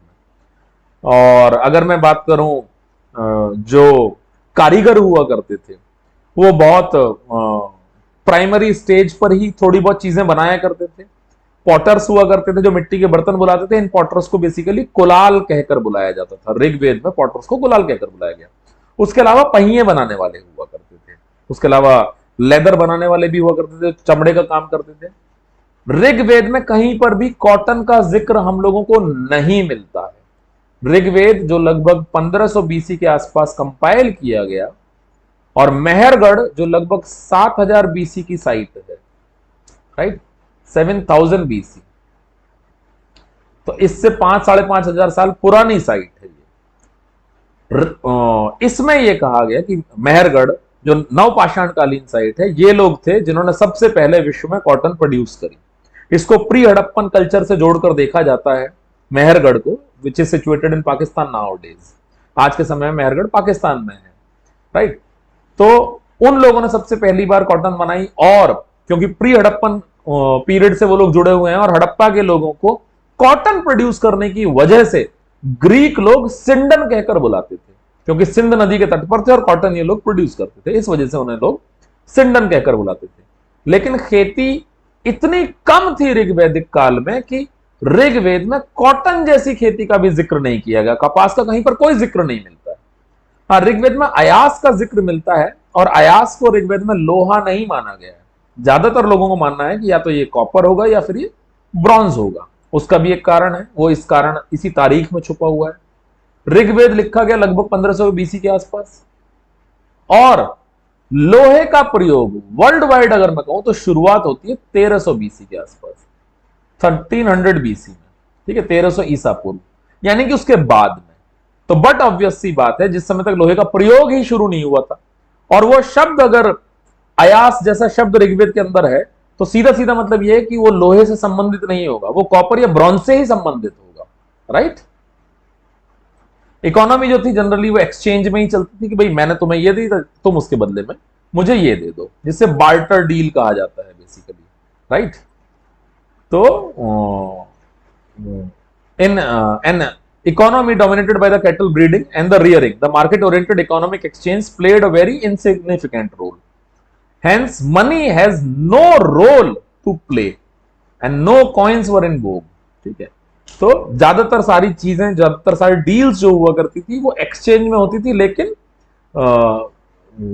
जो बड़े एक्सचेंज हुआ करते थे वो गाय के बदले में हुआ करते थे, छोटे मोटे एक्सचेंज जो हुआ करते थे वो सोने के बदले में हुआ करते थे, छोटे मोटे, राइट।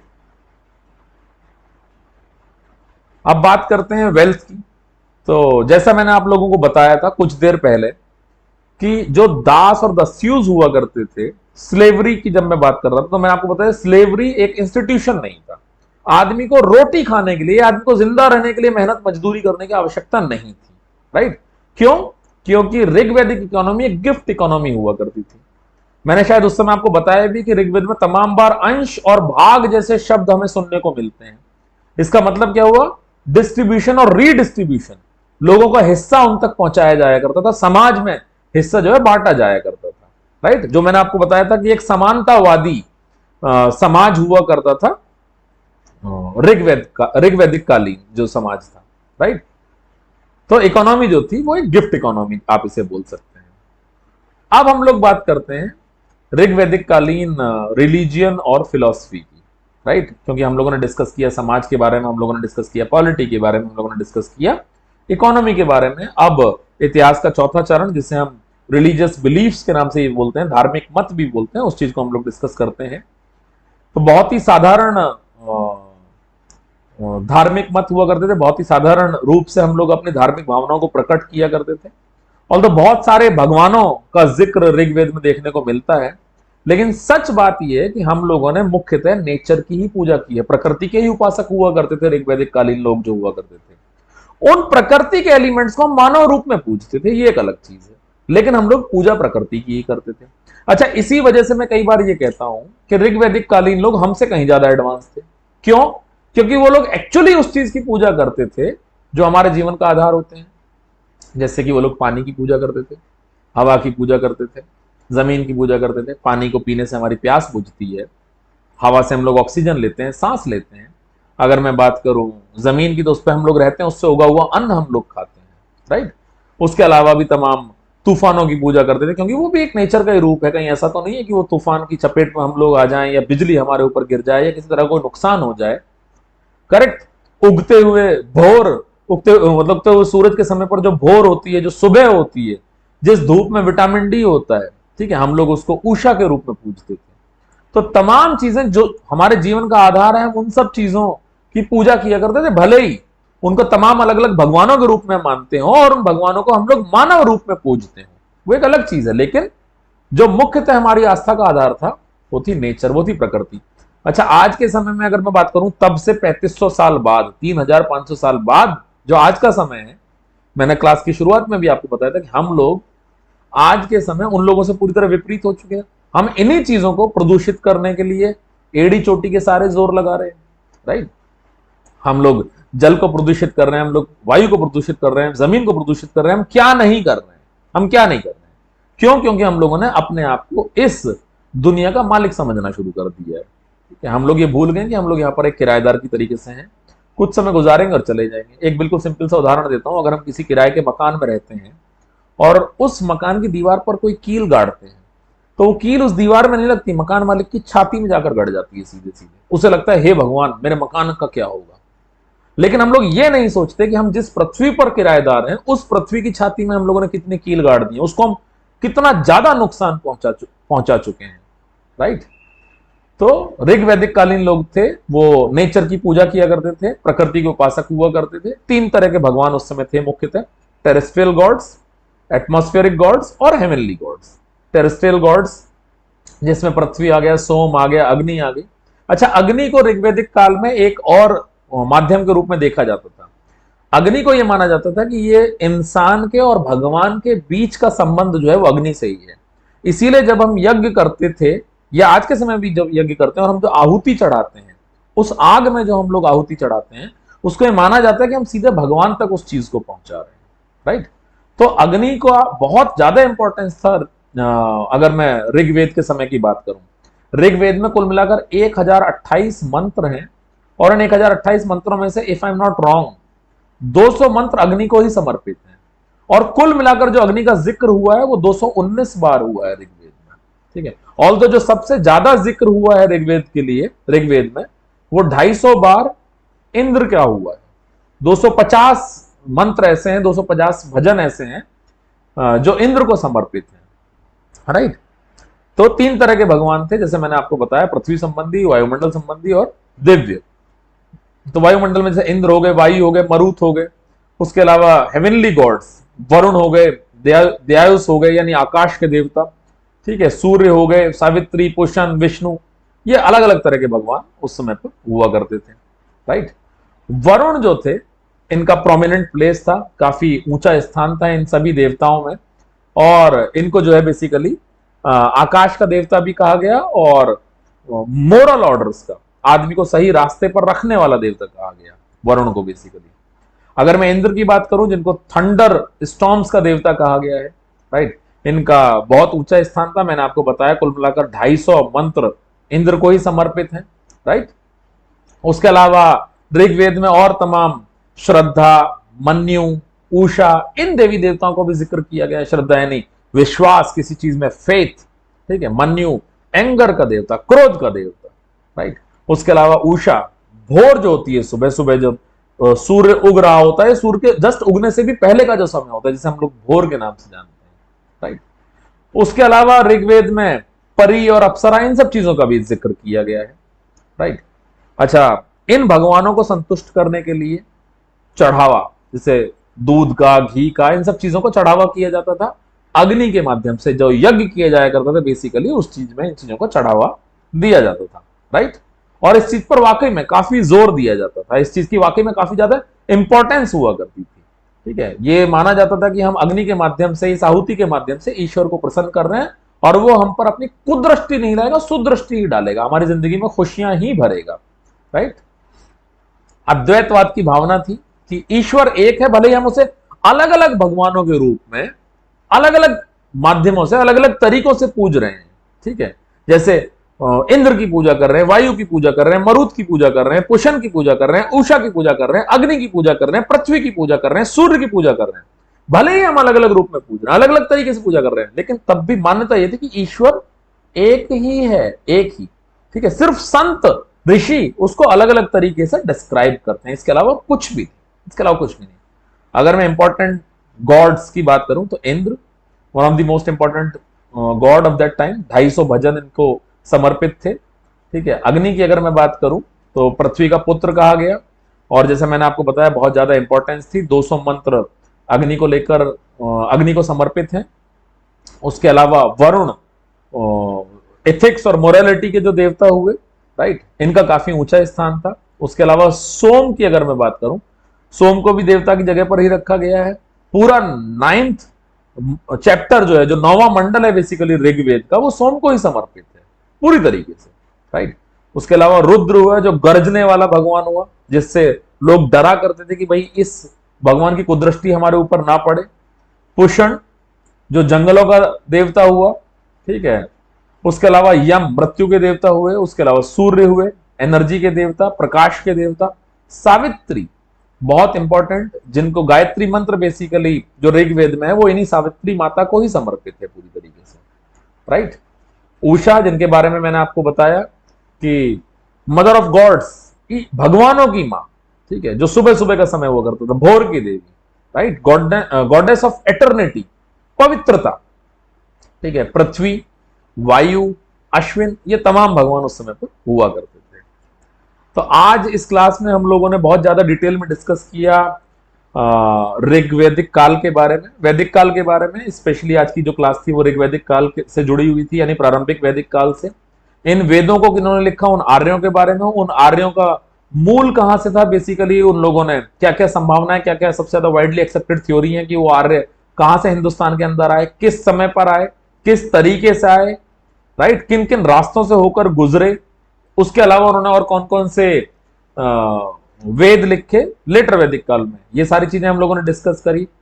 उस उन वेदों के माध्यम से, स्पेशली अगर मैं ऋग्वेद की बात करूं, ऋग्वैदिक काल के दृष्टिकोण से, तो ऋग्वेद के माध्यम से हम लोगों ने समझने की कोशिश करी कि उस समय का समाज कैसा था, उस समय की राज व्यवस्था कैसी थी, उस समय की अर्थव्यवस्था कैसी थी, और साथ साथ उस समय के रिलीजियस बिलीफ्स कैसे हुआ करते थे। तो इन सब चीजों को हम लोगों ने डिटेल में डिस्कस किया। मैं समझता हूं कि ये लेक्चर आप लोगों के वाकई में काम आया होगा।